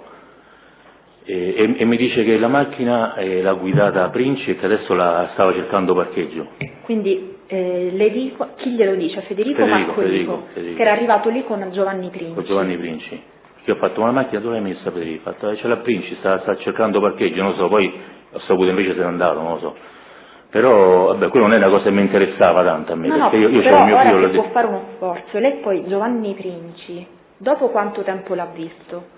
Ma io Giovanni Princi ho perso proprio, non l'ho proprio visto, perché io poi sono stato quasi sempre in animazioni, stavo dentro, e lui mi hanno detto che è arrivato molto tardi, perché poi ho chiesto all'altra gente, perché non è che mi interessava a me sto Giovanni Princi. È quello, chiaro. Poi, va bene, andiamo al ricordo di quella però, sera. Allora, ecco, continuo a raccontare. Mentre stavo lì cercavo di farmi spiegare da Federico e mi diceva papà, credo che hanno fatto un furto, così mi stava dicendo pure Anastasia, hanno fatto un furto, Luca l'ha difesa e gli hanno sparato in testa. E poi insomma io chiedevo ai paramedici che uscivano dove gli avevano sparato, mi dicevo guarda gli hanno sparato sulla nuca, cioè lì già mi si è annebbiato tutto il mondo, stavo impazzendo, perché se ti sparano in testa c'è poco da fare. E poi praticamente i medici mi dicono ma c'era un'altra persona con lei? E gli dico sì, c'era la sua fidanzata e mio figlio mi sta dicendo che hanno colpito anche lei in testa. E dove è ora? Gli faccio non lo so, la può chiamare? Certo, la chiamo e mi rispondi Anastasia, ma tu che è successo? Dice mi hanno colpito in testa, hanno dato una botta in testa. E beh, ma vieni qua all'ospedale. Sì, adesso vengo. Dico al paramedico, guarda, ha detto che tra poco arriva, aspettiamo un altro quarto d'ora, non arriva. E allora ritorno al paramedico, ma è arrivata la ragazza? Gli faccio, no, ancora non si vede. E dice, ma non l'hanno colpita in testa? E così mi ha detto, ma non può stare là, dica di venire urgentemente. La richiamo, Anastasia, vieni? Sì, no, perché mi stanno trattenendo i carabinieri. Mi ha detto così. Attacco, gli dico al paramedico, ha detto che la trattengono i carabinieri, e il paramedico mi ha risposto, guardi che se lei ha una commozione, non la possono trattenere, deve venire prima qua, altrimenti rischiano i carabinieri, mi ha detto proprio così. Gli chiamo Anastasia, dico Anastasia, mi hanno detto di venire assolutamente qua, ti ha preso una botta in testa. Sì, ora arrivo, ma mi trattengono. No, allora facciamo una cosa, mi passi il carabiniere che ti trattiene, glielo dico io, tu devi venire solamente qua, perché per me era una figlia Anastasia, io gli ho voluto bene come una figlia. Io vieni solamente qua, non mi interessa, passami il carabiniere. Appena ho detto passami il carabiniere, mi ha risposto, no, ecco, mi stanno lasciando ora, caso strano, e attacco. Però io l'ho vista, Anastasia, dentro l'ospedale, intorno all'1. Quindi da questa telefonata, dopo quanto tempo?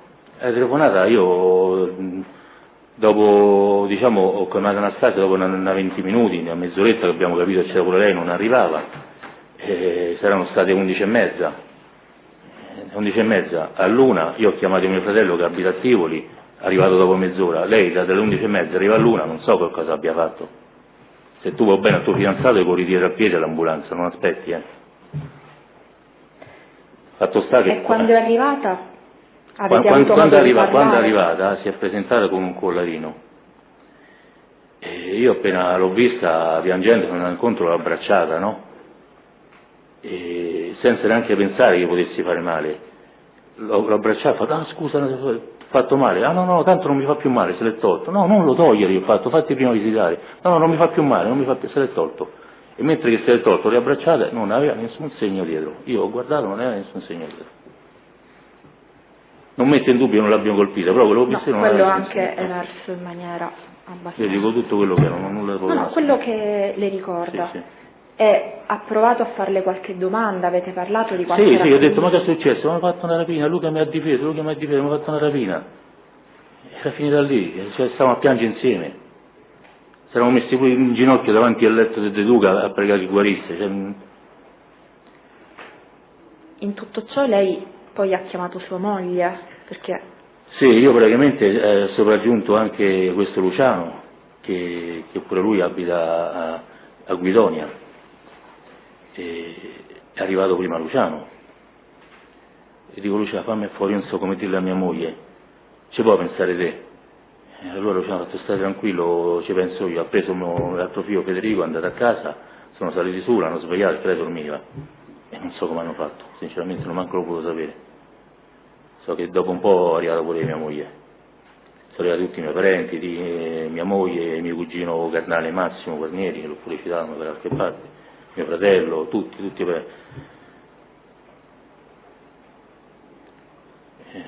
subito sono arrivati tutti quanti. Quello che mi ha colpito è che, ripeto, è arrivata l'una Anastasia, questo mi ha colpito. Che poi qualche giorno dopo ho domandato anche al tautatore lì vicino, mi ha detto che lui è rimasto fino alle 3 di notte perché c'erano i carabinieri lì, pure nel suo locale è rimasto fino alle 3 di notte, c'è stata un'ambulanza sola in quella piazza, non ce ne sono state 2, quindi non so dove ha preso l'ambulanza. Cioè, che cosa le aveva detto Anastasia su questo punto? Anastasia non me l'ha detto lei, però ho saputo che da altre persone, mi ricordo che mi ha detto qualche parente che era arrivato con l'ambulanza lì, era scesa dall'ambulanza, e invece il tatuatore mi ha detto che lì c'è stata una sola ambulanza.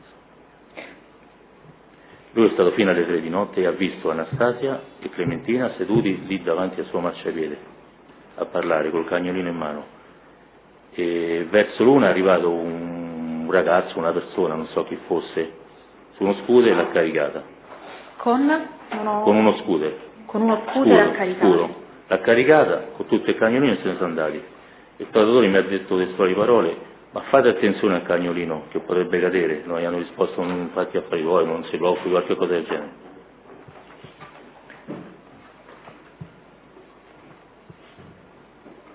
Senta, quando è che le hanno comunicato della morte di Luca? Il 24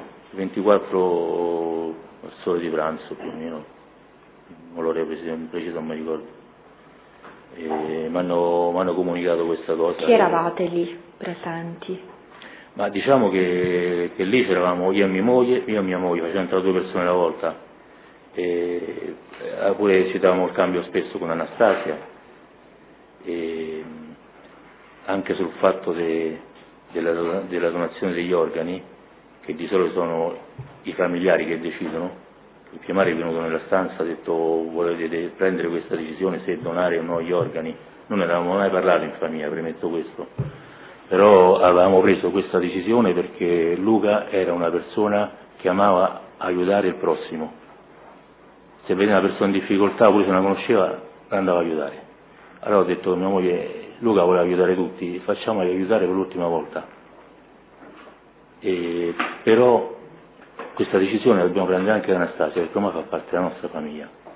Allora abbiamo chiesto al primario se poteva venire Anastasia, lui ci ha detto di no, che dovevamo essere solo a decidere. Io ho insistito, altrimenti non avremmo preso decisione. E insistendo l'ha fatta arrivare dentro la nostra stanzetta. Abbiamo parlato con lei, abbiamo deciso tutti insieme. Dopodiché, abbiamo donato, si è saputo, insomma, hanno fatto pure le analisi del DNA ritroso di 10 anni, dove Luca è risultato pulito, mi ha detto il primario, come un ragazzo di 13 anni, non abbiamo trovato né tracce di fumo, né di alcol, né di droga, né sui reni, né sui polmoni, né in nessun'altra parte. Era un ragazzo sanissimo, un cuore da atleta, un padellone così, l'unica cosa che non possiamo donare è il cuore, perché non entra in un individuo normale, è un atleta, c'ha 8 litri d'aria di polmoni mio figlio, noi ne abbiamo 5 in media, Pure quando facevo queste visite mediche sportive, gli dicevano che tu sei una Ferrari, gli dicevano. Era un atleta. Quindi si figuri chi ha preso i suoi organi, spero che li tratti bene. Senta, Sì. ricorda qualche altra circostanza di quando lei, subito dopo aver appreso della morte di Luca? Sì, esco dalla sala di animazione e do questa notizia a tutti, ho trovato anche a mia madre davanti che prima abbiamo tardato molto a dire, perché mia madre ha 78 anni, può prendere un colpo, e abbiamo detto che non stava male, tutto quanto, che se la poteva cavare, quando invece non era vero, già sapevamo che ormai non era vero. E lì mi viene incontro mio cugino Massimo, che ripeto è un fratello per me, siamo cresciuti insieme, mi dice ma chi è quell'imbecille laggiù? Faccio quello giù è Princi. E fatto perché che? No, perché mi è venuto incontro, prima mi si è abbracciato, io l'ho abbracciato perché non lo conoscevo, pensavo che fosse un amico di Luca, fatto sì, così si proponeva.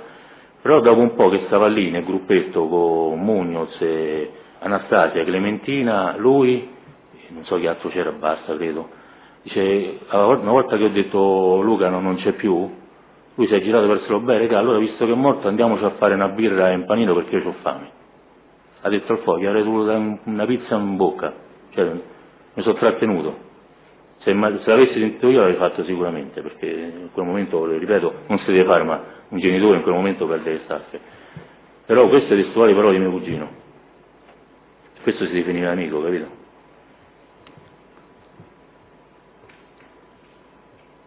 Quindi immagino siete tornati a casa. Siamo tornati a casa e tutti noi, e Anastasia si è trattenuta là con mio fratello e la moglie e i figli, perché lì c'è una cosa a due precari con un piccolo santuario dentro l'ospedale, no?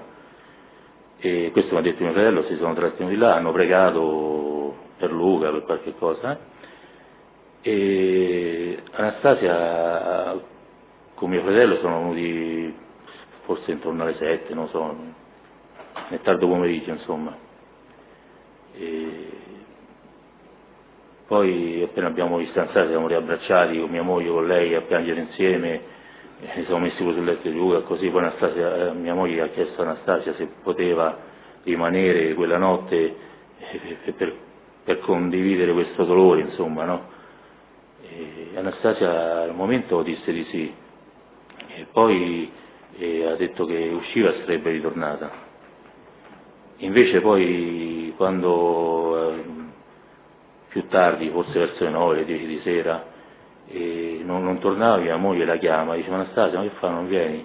E lei rispose di no, che voleva stare con la mamma, perché stava poco bene la mamma o il papà, non mi ricordo, qualcuno di loro che aveva un problema di cuore, ma adesso non mi ricordo preciso. E lei quando è che rivede Anastasia?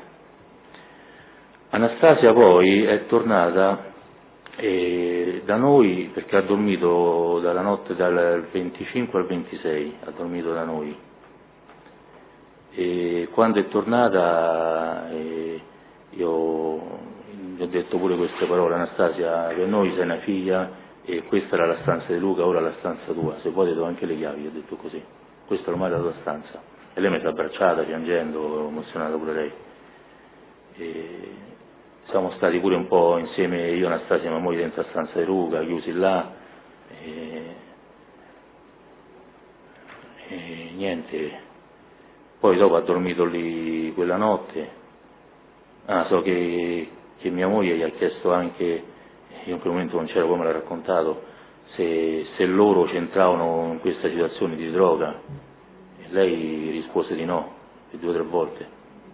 Senta, ma A parte parlare di droga, sì. avete mai avuto modo anche nei giorni seguenti di parlare in maniera più dettagliata di quella sera, del perché erano lì? Sì, no, ci ha sempre detto che aveva subito questa rapina e che Luca l'aveva difesa come sempre. Io dicevo di scappare, invece Luca mi ha difeso, non mi ha lasciato lì, perché Luca non... Questo è quello che vi ha detto. Sì. Ma ora io non lo so, me lo dica lei. Sì. Avete avuto modo di, ad esempio, Luca stava male, ce l'ha detto prima. Sì. Come mai quella sera, da che i suoi programmi erano di non andare, poi ha cambiato idea? Avete avuto modo di parlare con Anastasia? Luca ha detto quella sera a mia moglie: ma scendo un attimo, vado a vedere un attimo Anastasia, perché lui ha appena parlato al telefono, sicuramente l'aveva chiamato lei, o non lo so, penso lei, abbiamo pensato, non abbiamo mai saputo. Quindi Luca riceve una telefonata e cambia programmi? Sì, intorno a quell'ora, quando è sceso, e visto già scendere, ha chiesto a Raffaello: scendi un attimo pure te, così mi provi lo scooter, e lui magari andava un attimo, ma vado a vedere un attimo Anastasia e torno, come se dovesse essere una cosa di pochi minuti, visto che era anche pronto da mangiare. E invece non è tornato. Evidentemente non c'era nessuno che l'aspettava giù, forse sarà andato anche a piedi fino a là, che ci vuole pure una mezz'oretta abbondante, perché a piedi è distante, non è vicino. E quindi che altro vi ha detto Anastasia sul perché erano andati al pub? Proprio le parole che Anastasia ha detto direttamente a lei, mi interessa. A me no, mi ha detto stavano lì così, anche se poi fuori alla stampa ha detto che erano andati a vedere il fratello più piccolo. Ma questo a lei gliel'ha mai detto? No, questo l'ha detto alla stampa, a me mi ha detto che stavano lì con gli amici così. Però non so come potevano sapere che Luca stava là, visto che mia moglie mi ha detto che Federico è uscito con la Panda, con la macchina arrivi molto prima. La macchina ci metti neanche 5 minuti a piedi, io ho fatto il tragitto a piedi, camminando a andatura mia, non quella di Luca che era molto più lenta, visto le sue condizioni. Io ci ho messo 27 minuti, l'ho calcolato con il cellulare, no? Ho fatto il percorso che ha fatto Luca, 27 minuti. Quindi Federico è giunto prima, loro non potevano sapere che Federico andava là. Cioè è uscito dopo di Luca ma è giunto prima, come fanno a sapere che stava là? E invece vorrei che lei ci ricordasse quello che è successo in casa sua quando la stampa ha dato la notizia che erano stati fermati i 2 esecutori materiali. Quindi parlo di Pirino e Valerio Del Grotto. Che avevamo casa... Chi eravate quando l'avete... eravamo casa in casa dei parenti e probabilmente era venuta anche la mamma di Anastasia. Che tra Quindi l'altro... eravate, se ci può elencare, lei, sua moglie? Io, mia moglie, mio figlio Federico, la mamma di Anastasia e poi una miriade di parenti, noi ce ne abbiamo tanti, la casa in casa, perché sono venuti tutti che stavano all'ospedale si sono presentati tutti a casa. E c'era la TV accesa e a un certo punto arriva la notizia che praticamente erano stati presi gli assassini. A questa notizia subito dopo si è susseguita Anastasia che ha detto che sarebbe uscita, ha parlottato con la mamma in ucraino e sono usciti e che sarebbe ritornata. Come è andata via? A piedi, in auto, come è andata via? Allora, aveva chiesto la macchina a mia moglie, la macchina di Luca, però questo non era il momento, mi sembra che era il momento che ha preso quella notizia, forse era io, adesso non mi ricordo bene esattamente, però mi ricordo c'è stata una situazione che ha chiesto la macchina a mia moglie, è andata è ritornata dopo diverse ore e non so dove sia andata, neanche l'abbiamo chiesto perché mia moglie ha detto ma sì, è come se fosse tua, tranquillo, non ti preoccupare. E poi invece quando ha preso la notizia è uscita con la mamma e poi praticamente è sparita.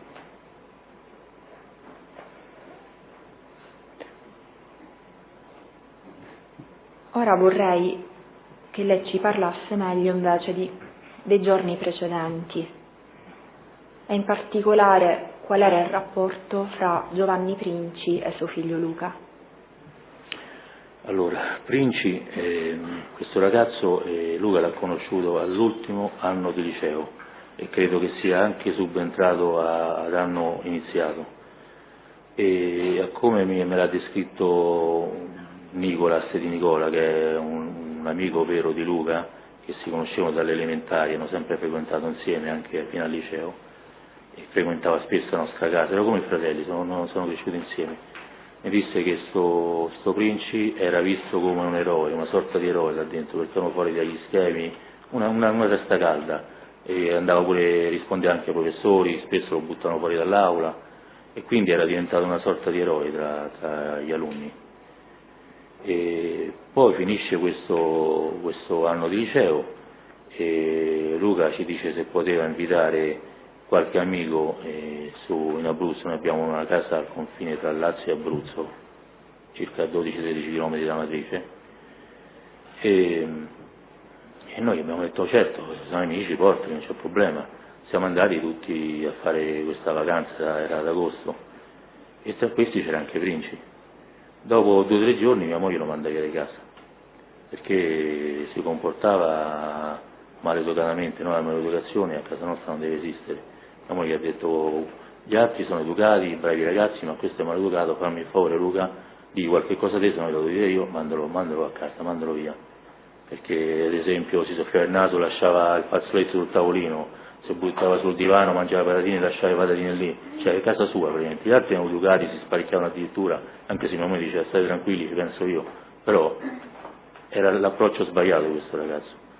E poi era un po' pure arrogante nei modi, in tutto, so tutto io, insomma vabbè, l'abbiamo allontanato. E da lì diciamo che almeno agli occhi nostri era sparito, non si è più visto. Si è ripresentato nel periodo che Luca era aprile, io lo so di avere certezza perché Luca aveva appena cambiato moto, ha ripreso una KTM, e lui amava la pista, andava spesso in pista pure con Nicolas, anche prima, sui go-kart, sulle moto, ha ricomprato un'altra KTM usata, perché nel giro delle piste si comprano e si vendono moto, se li scambiano, quella non gli serve, si compra un'altra, ha comprato un'altra e la stava provando intorno a casa. Torna, papà, sai, il semaforo qua dietro, ho incontrato Princi, faccio chi è Princi? Ti ricordi quello che era venuto quella volta così in Abruzzo? Ah, quello lì, quello che non mi piaceva? Fatto, ah sì. Sì, però papà, sai che per lui gli piace le moto, vuole andare in pista, così così, e forse ci andiamo insieme. Ho fatto vabbè, poi pensi sarà cambiato, no? Insomma cresce. Invece poi ho cominciato a farlo frequentare qualche volta a casa, penso che non è durato più di 2 settimane, perché poi l'ho fatto cacciare io da casa.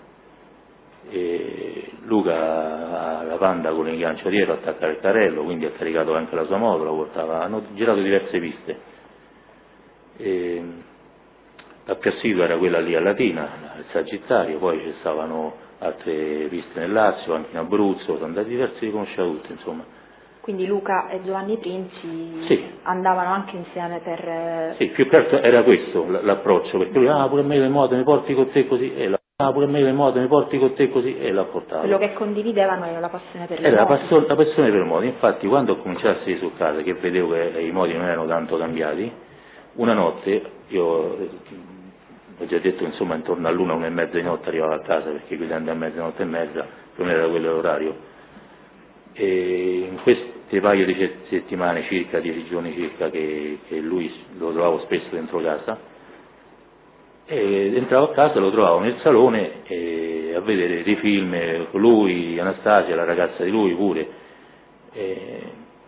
1 o 2 sere, poi dopo qualche sera lo trovo in cucina con il frigorifero aperto, loro di là e lui con il frigorifero aperto che guardava. Io faccio scusa, cerchi qualcosa?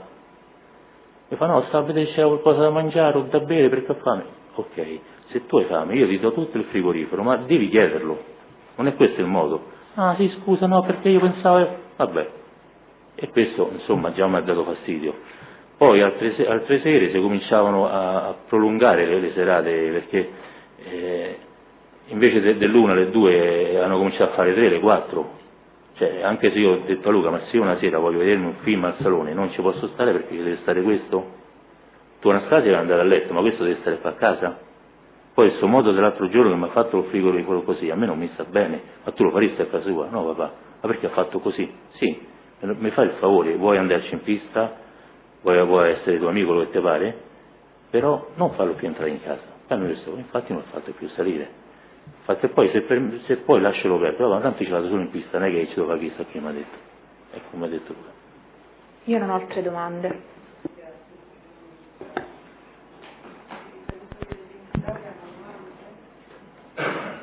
Sì. Sì.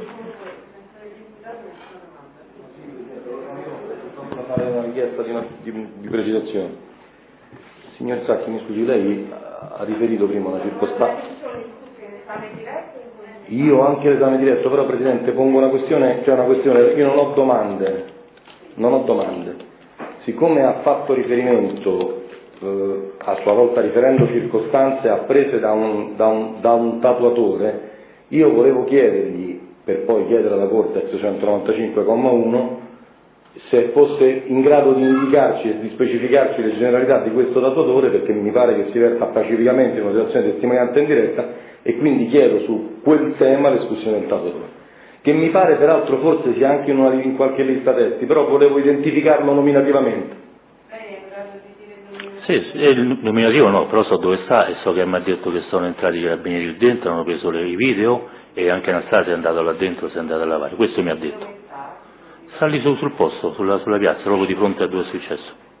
C'è scritto Tatu, qualche cosa del genere. Di fronte a John Cabot. Sì. Adesso non so come si chiama perché sinceramente Io non gliel'ho chiedo ai chiesto. sensi del 195.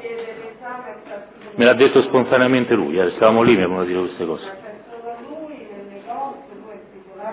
Lui è il titolare c'era anche penso una sua compagna, credo.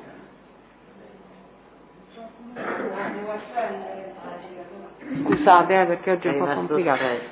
Le rifaccio la domanda. Sì. Il titolare, c'è solo il titolare, la persona con cui ha parlato è il titolare? Guarda, io ho visto lì lui che credo che sia il titolare perché ha detto delle sue, e poi c'era una donna che credo che sia la compagna perché mentre mi raccontavano questa storia dice poi la compagna mi ha detto poi a me mi è fatto strano una cosa che ho visto che l'ambulanza è andata via e lei è rimasta qui, ma se succedeva a lui io sarei corsa dietro a piedi, mi ha detto così, testuali parole. Allora Presidente, anche con riferimento a questa circostanza, io lo dico perché lo debbo formalizzare questa richiesta, peraltro mentre ritengo che con riferimento alla posizione del tatuatore, scusi la mascherina, ritengo che sia identificabile, sia possibile identificarlo dagli atti, perché c'è un verbale di sitto di un soggetto, ora vado a memoria, ma credo che ci sia, semmai questa è una verifica che farò io sugli atti e poi chiederò eventualmente alla Corte, indicherò alla Corte o chiederò alla Corte di identificarlo.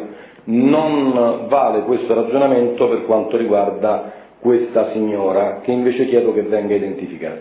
E chiedo con specifico riferimento a quest'ultima circostanza, la circostanza che gli avrebbe riferito, che aveva visto andare via l'ambulanza, una sola ambulanza, che la ragazza sarebbe rimasta lì, chiedo di sentire questa persona, che però chiaramente occorre da identificare. L'avvocato Cincioni chiede l'esame ex articolo 195 CPP del titolare. Io credo che sia la ragazza, non sia una che lavora lì o non so, del ho titolare pensato. del negozio di tatuaggi che si trova sempre sulla una piazzetta o sulla via. Proprio c'è un negozio di tatuaggi proprio che non so se non sono mai stato sul posto. Non so se a fianco o di fronte, nei pressi del John Cabot, sta di fronte un po' sulla destra. Sono poi quelle riservandosi di indicare, venga Attilio, riservandosi di indicare il nominativo alla prossima udienza, ce lo indica direttamente lei, avvocato Cincioni, nonché l'esame della compagna, di una donna, Cioè non è quello che ho chiesto, io ho presupposto che sia stata la compagna. che lavora presso il negozio, non lo so. Stava lì dentro, perché Che ha lei mi ha visto- detto se succede al mio ragazzo sarei corsa dietro, questo, ma perché ho presupposto che fosse la fidanzata. che era all'interno del negozio la sera del 23. No, questo sere successive. Ah no, la sera Adesso non stessa. ricordo quale sia. Nei giorni successivi. Perché io poi nei giorni successivi sono andato ripetutamente lì sul posto. con Nei loro, giorni cioè. successivi forse dovremo sentire prima lui e poi eventualmente... Identifichiamo lui, sentiamo lui e poi eventualmente ci facciamo dare qualche elemento identificativo per questa persona. Allora, Di sesso femminile, il Presidente intendo allo Stato dispone... Siamo d'accordo? Che facciamo? Siamo d'accordo? Dispone la citazione ex articolo 195 CPP del titolare del negozio di tatuaggi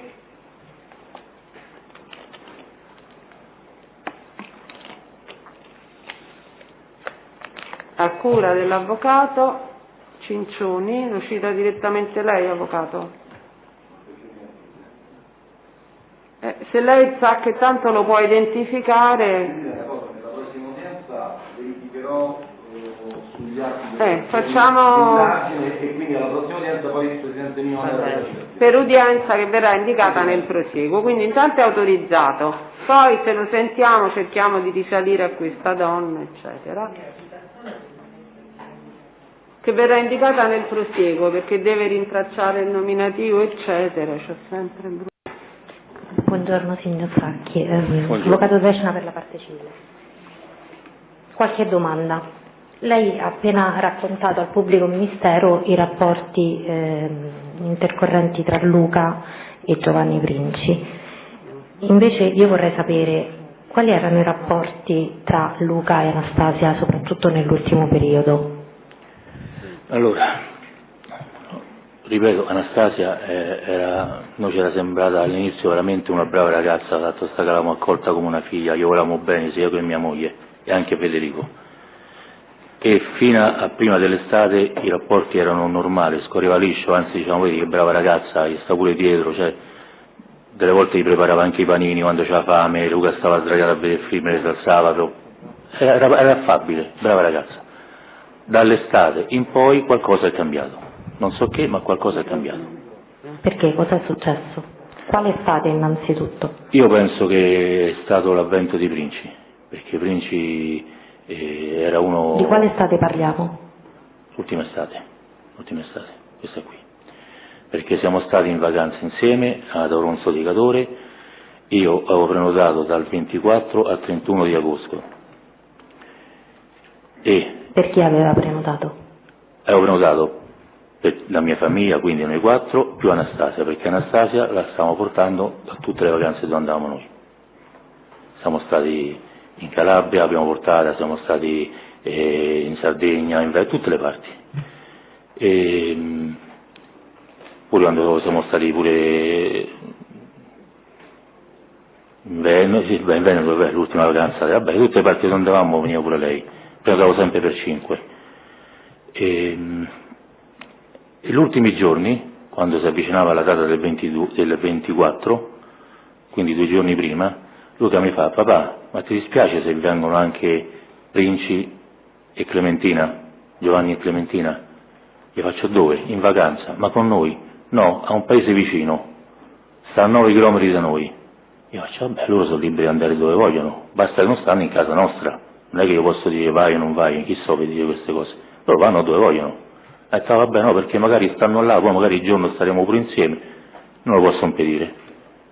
Fatto sta che noi andiamo là e praticamente la vacanza scorre, insomma, e la mattina Giovanni con Clementina si presentavano sotto il nostro alloggio e diciamo che abbiamo passato pure dei momenti tranquilli, ci siamo divertiti tutti, questo lo riconosco, no?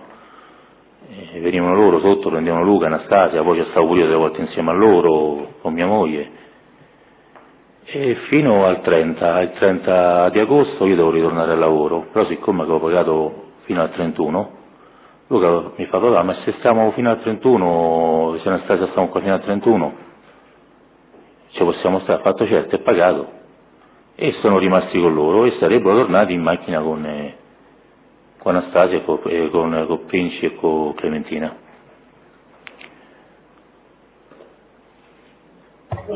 Signor giudice, scusi da Spoleto, l'imputato Chirino vorrebbe sapere se è possibile migliorare l'inquadratura e poter vedere il banco dei testimoni, perché dall'inquadratura non si può vedere.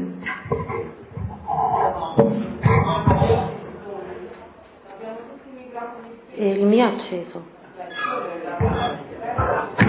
Non parliamo del microfono, è il discorso che l'immagine, che l'inquadratura non riesce ad inquadrare il testimone. Prova a spegnere e accendere, può darsi. Appunto ha raccontato, a domanda del pubblico ministero, ha detto che Luca qualche giorno prima, intorno al 20, si era fatto male in palestra, sì, e che quindi lei poi dal giorno successivo aveva iniziato la terapia con le punture. Quando lei quella sera innanzitutto verso che ora, ricorda verso che ora? Ho fatto la puntura? Esatto. Sempre intorno a quell'ora, verso le 7. Infatti ho continuato, prima di andare al lavoro, facevo la puntura e andavo al lavoro. Bene. Quando appunto ha fatto la puntura a Luca, ha notato se Luca sul corpo aveva dei segni? No, niente, nessun segno. Nessun tipo di segno? No, anche perché stava pure a torso nudo, c'era solo il pezzo sotto il pigiama, gli ho tirato giù, si è messo sul letto, ho tirato giù, ho fatto la puntura e l'ho ricoperto. Poi l'ho aiutato a tirarsi su, quando l'ho tirato su me lo sono abbracciato, ho dato un bacio, ma papà, che sto bacio, perché ti voglio bene, anche io papà. È finito Luca. Questa è l'ultima sera. Senta, poi lei ha raccontato dei giorni immediatamente successivi al tragico evento e ha detto appunto che Anastasia si è soffermata e quindi si è fermata a dormire presso la vostra abitazione la notte tra il 25 e il 26 di ottobre, se non ricordo male. Ma in quella circostanza lei ha fatto domande ad Anastasia su cosa fosse successo, domande più specifiche? Anastasia le ha detto qualcosa di Luca, qualcosa su Luca? Anastasia ha detto che erano stati aggrediti e che lei era stata buttata in terra, non so in che modo, e Luca l'ha difesa, come sempre Luca mi ha difesa, ma poi ha ripetuto per qualche volta: Luca non c'entra niente, questo ha ripetuto. Io lì per lì non ho fatto caso, dopo un mese circa ho riflettuto, perché lì per lì, a parte che in quella situazione penso che un genitore non ha le idee molto chiare, però è passato un mese circa, ha cominciato a schiarirmi un po' il cervello e lì ho cominciato a ripensare, anche perché dopo quelle frasi che sono uscite su quelle chat di cui parlava male di mia moglie, lì ho cominciato a cambiare opinione verso Anastasia, ma io fino a quel punto l'avrei difesa.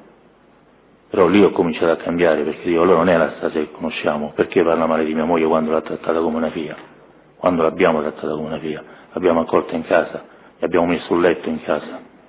Lei diceva che il patrigno la malmenava, è entrata con questa storia a casa. Conosci qualcuno che si affitta la stanza qua vicino a voi, così sto vicino a voi, perché il mio patrigno mi malmena, vuole bene solo a sua figlia. Lei era sorellastra, l'altra sorella. Non era sorella diretta, era una sorellastra, avuta con la sua mamma, col patrigno con la sua mamma. Quindi, se ho capito bene, Anastasia in quella circostanza le dice che Luca è entrata con questa cosa, dicendo che cercava un appartamento. No, sto tornando alla sera, sempre quando lei si è fermata a dormire presso la vostra abitazione, quando poi le ha raccontato... Sì, ha detto Luca non c'entra, ha ripetuto 2 o 3 volte, Luca non c'entra niente, era ancora un po' sotto shock, Luca non c'entra niente, però non abbiamo dato peso a quello non c'entra niente. Solamente dopo, in seguito, dopo una mesa, io avevo il cervello nebbia totale.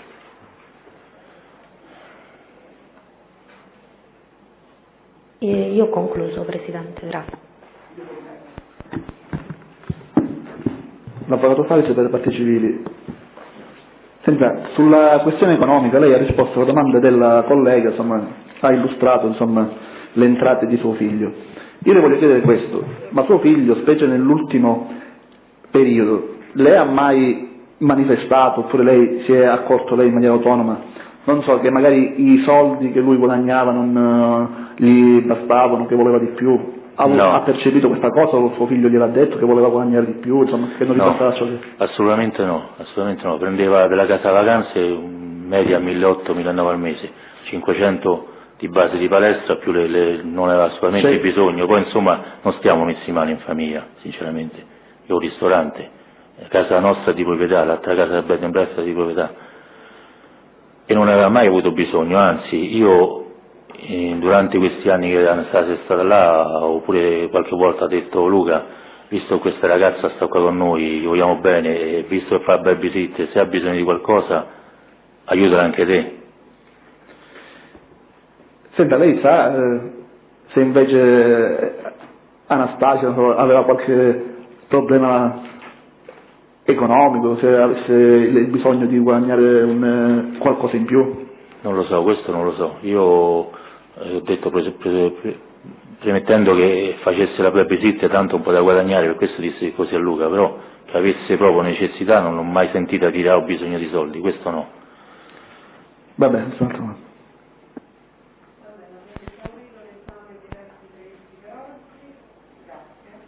Grazie a voi. Presidente, c'è una brevissima dichiarazione spontanea della signora Anastasia Chilemi. Buongiorno a tutti. Se me lo permettete vorrei fare una piccola dichiarazione su alcuni punti. Allora, innanzitutto tra me e Giovanni Princi non c'è mai stata alcuna relazione sentimentale, alcuna intesa particolare. Tra me e Princi c'è solo stata una semplice amicizia che è nata dopo, diciamo, l'amicizia che c'era tra il mio fidanzato e Princi. Basta. Io non mi sono mai frequentata, non ho mai incontrato Princi. Se Luca non lo sapeva, mai, non è mai successo. Io ero attaccatissima al mio fidanzato e praticamente passavo la mia vita solo intorno a lui. Punto primo. Punto secondo, vorrei precisare anche un'altra cosa. Io non ho mai riferito né ai genitori di Luca né al mio fidanzato che mio padre mi maltrattasse o che mi menasse soltanto. Perché mio papà, che è un papà con la P maiuscola, mi ha accolto da quando ho 8 anni qui e mi ha protetto, e questo si può vedere anche se voi avete, non so, notato qualche televisione e tutto. Mio papà mi ha protetto per tutti questi mesi come una roccia, veramente. Mio papà non mi ha mai maltrattato, mai, mai. E volevo farvi sapere soltanto questo. Grazie a voi. Presidente, chiedo scusa, no, prima che tolga l'udienza, io vorrei che, se fosse possibile, programmare l'attività del 9 pregando il pubblico ministero, perché ho preso atto del provvedimento della signoria vostra, però non sono così certo che l'impedimento che le avevo rappresentato, come dire, potrò rimuoverlo attraverso un'istanza di rinvio in quella sede. Quindi vorrei sapere qual è l'attività e possibilmente pregare il pubblico ministero di svolgere un'attività che, ove mai io non potessi avere il rinvio lì, mi consenta di farmi sostituire. 9.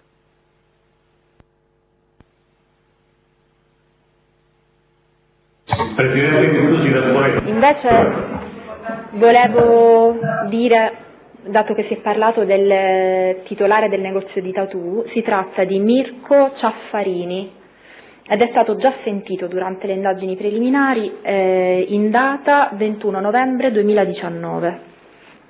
Quindi lo dico per... Io questo particolare francamente non me lo ricordo, non ho le liste testi con me, ma è chiaro che se è in lista testi su questa circostanza. Dunque, stando in lista testi, con anche se non è circostanza.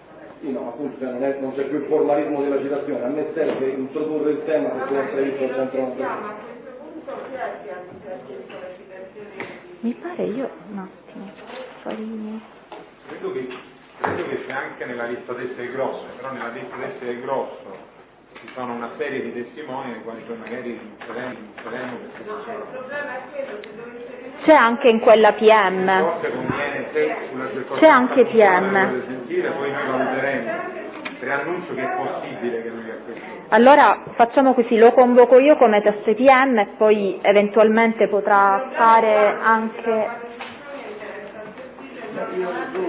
Ma Ciaffarini non è stato già sentito, ricordo male. Non è il mio processo, però ecco, se lo dobbiamo sentire su quella circostanza, come siamo per l'evento del 118. Ma io ricordo male, era stato sentito dalla collega Ciaffarini mi pare che non è stato sentito Ciaffarini. io lo sai che non mi ricordo se l'ho sentito qua, lo devo controllare. Perché ricordo male la... Allora, io Ciaffarini non ricordo, non mi pare che sia.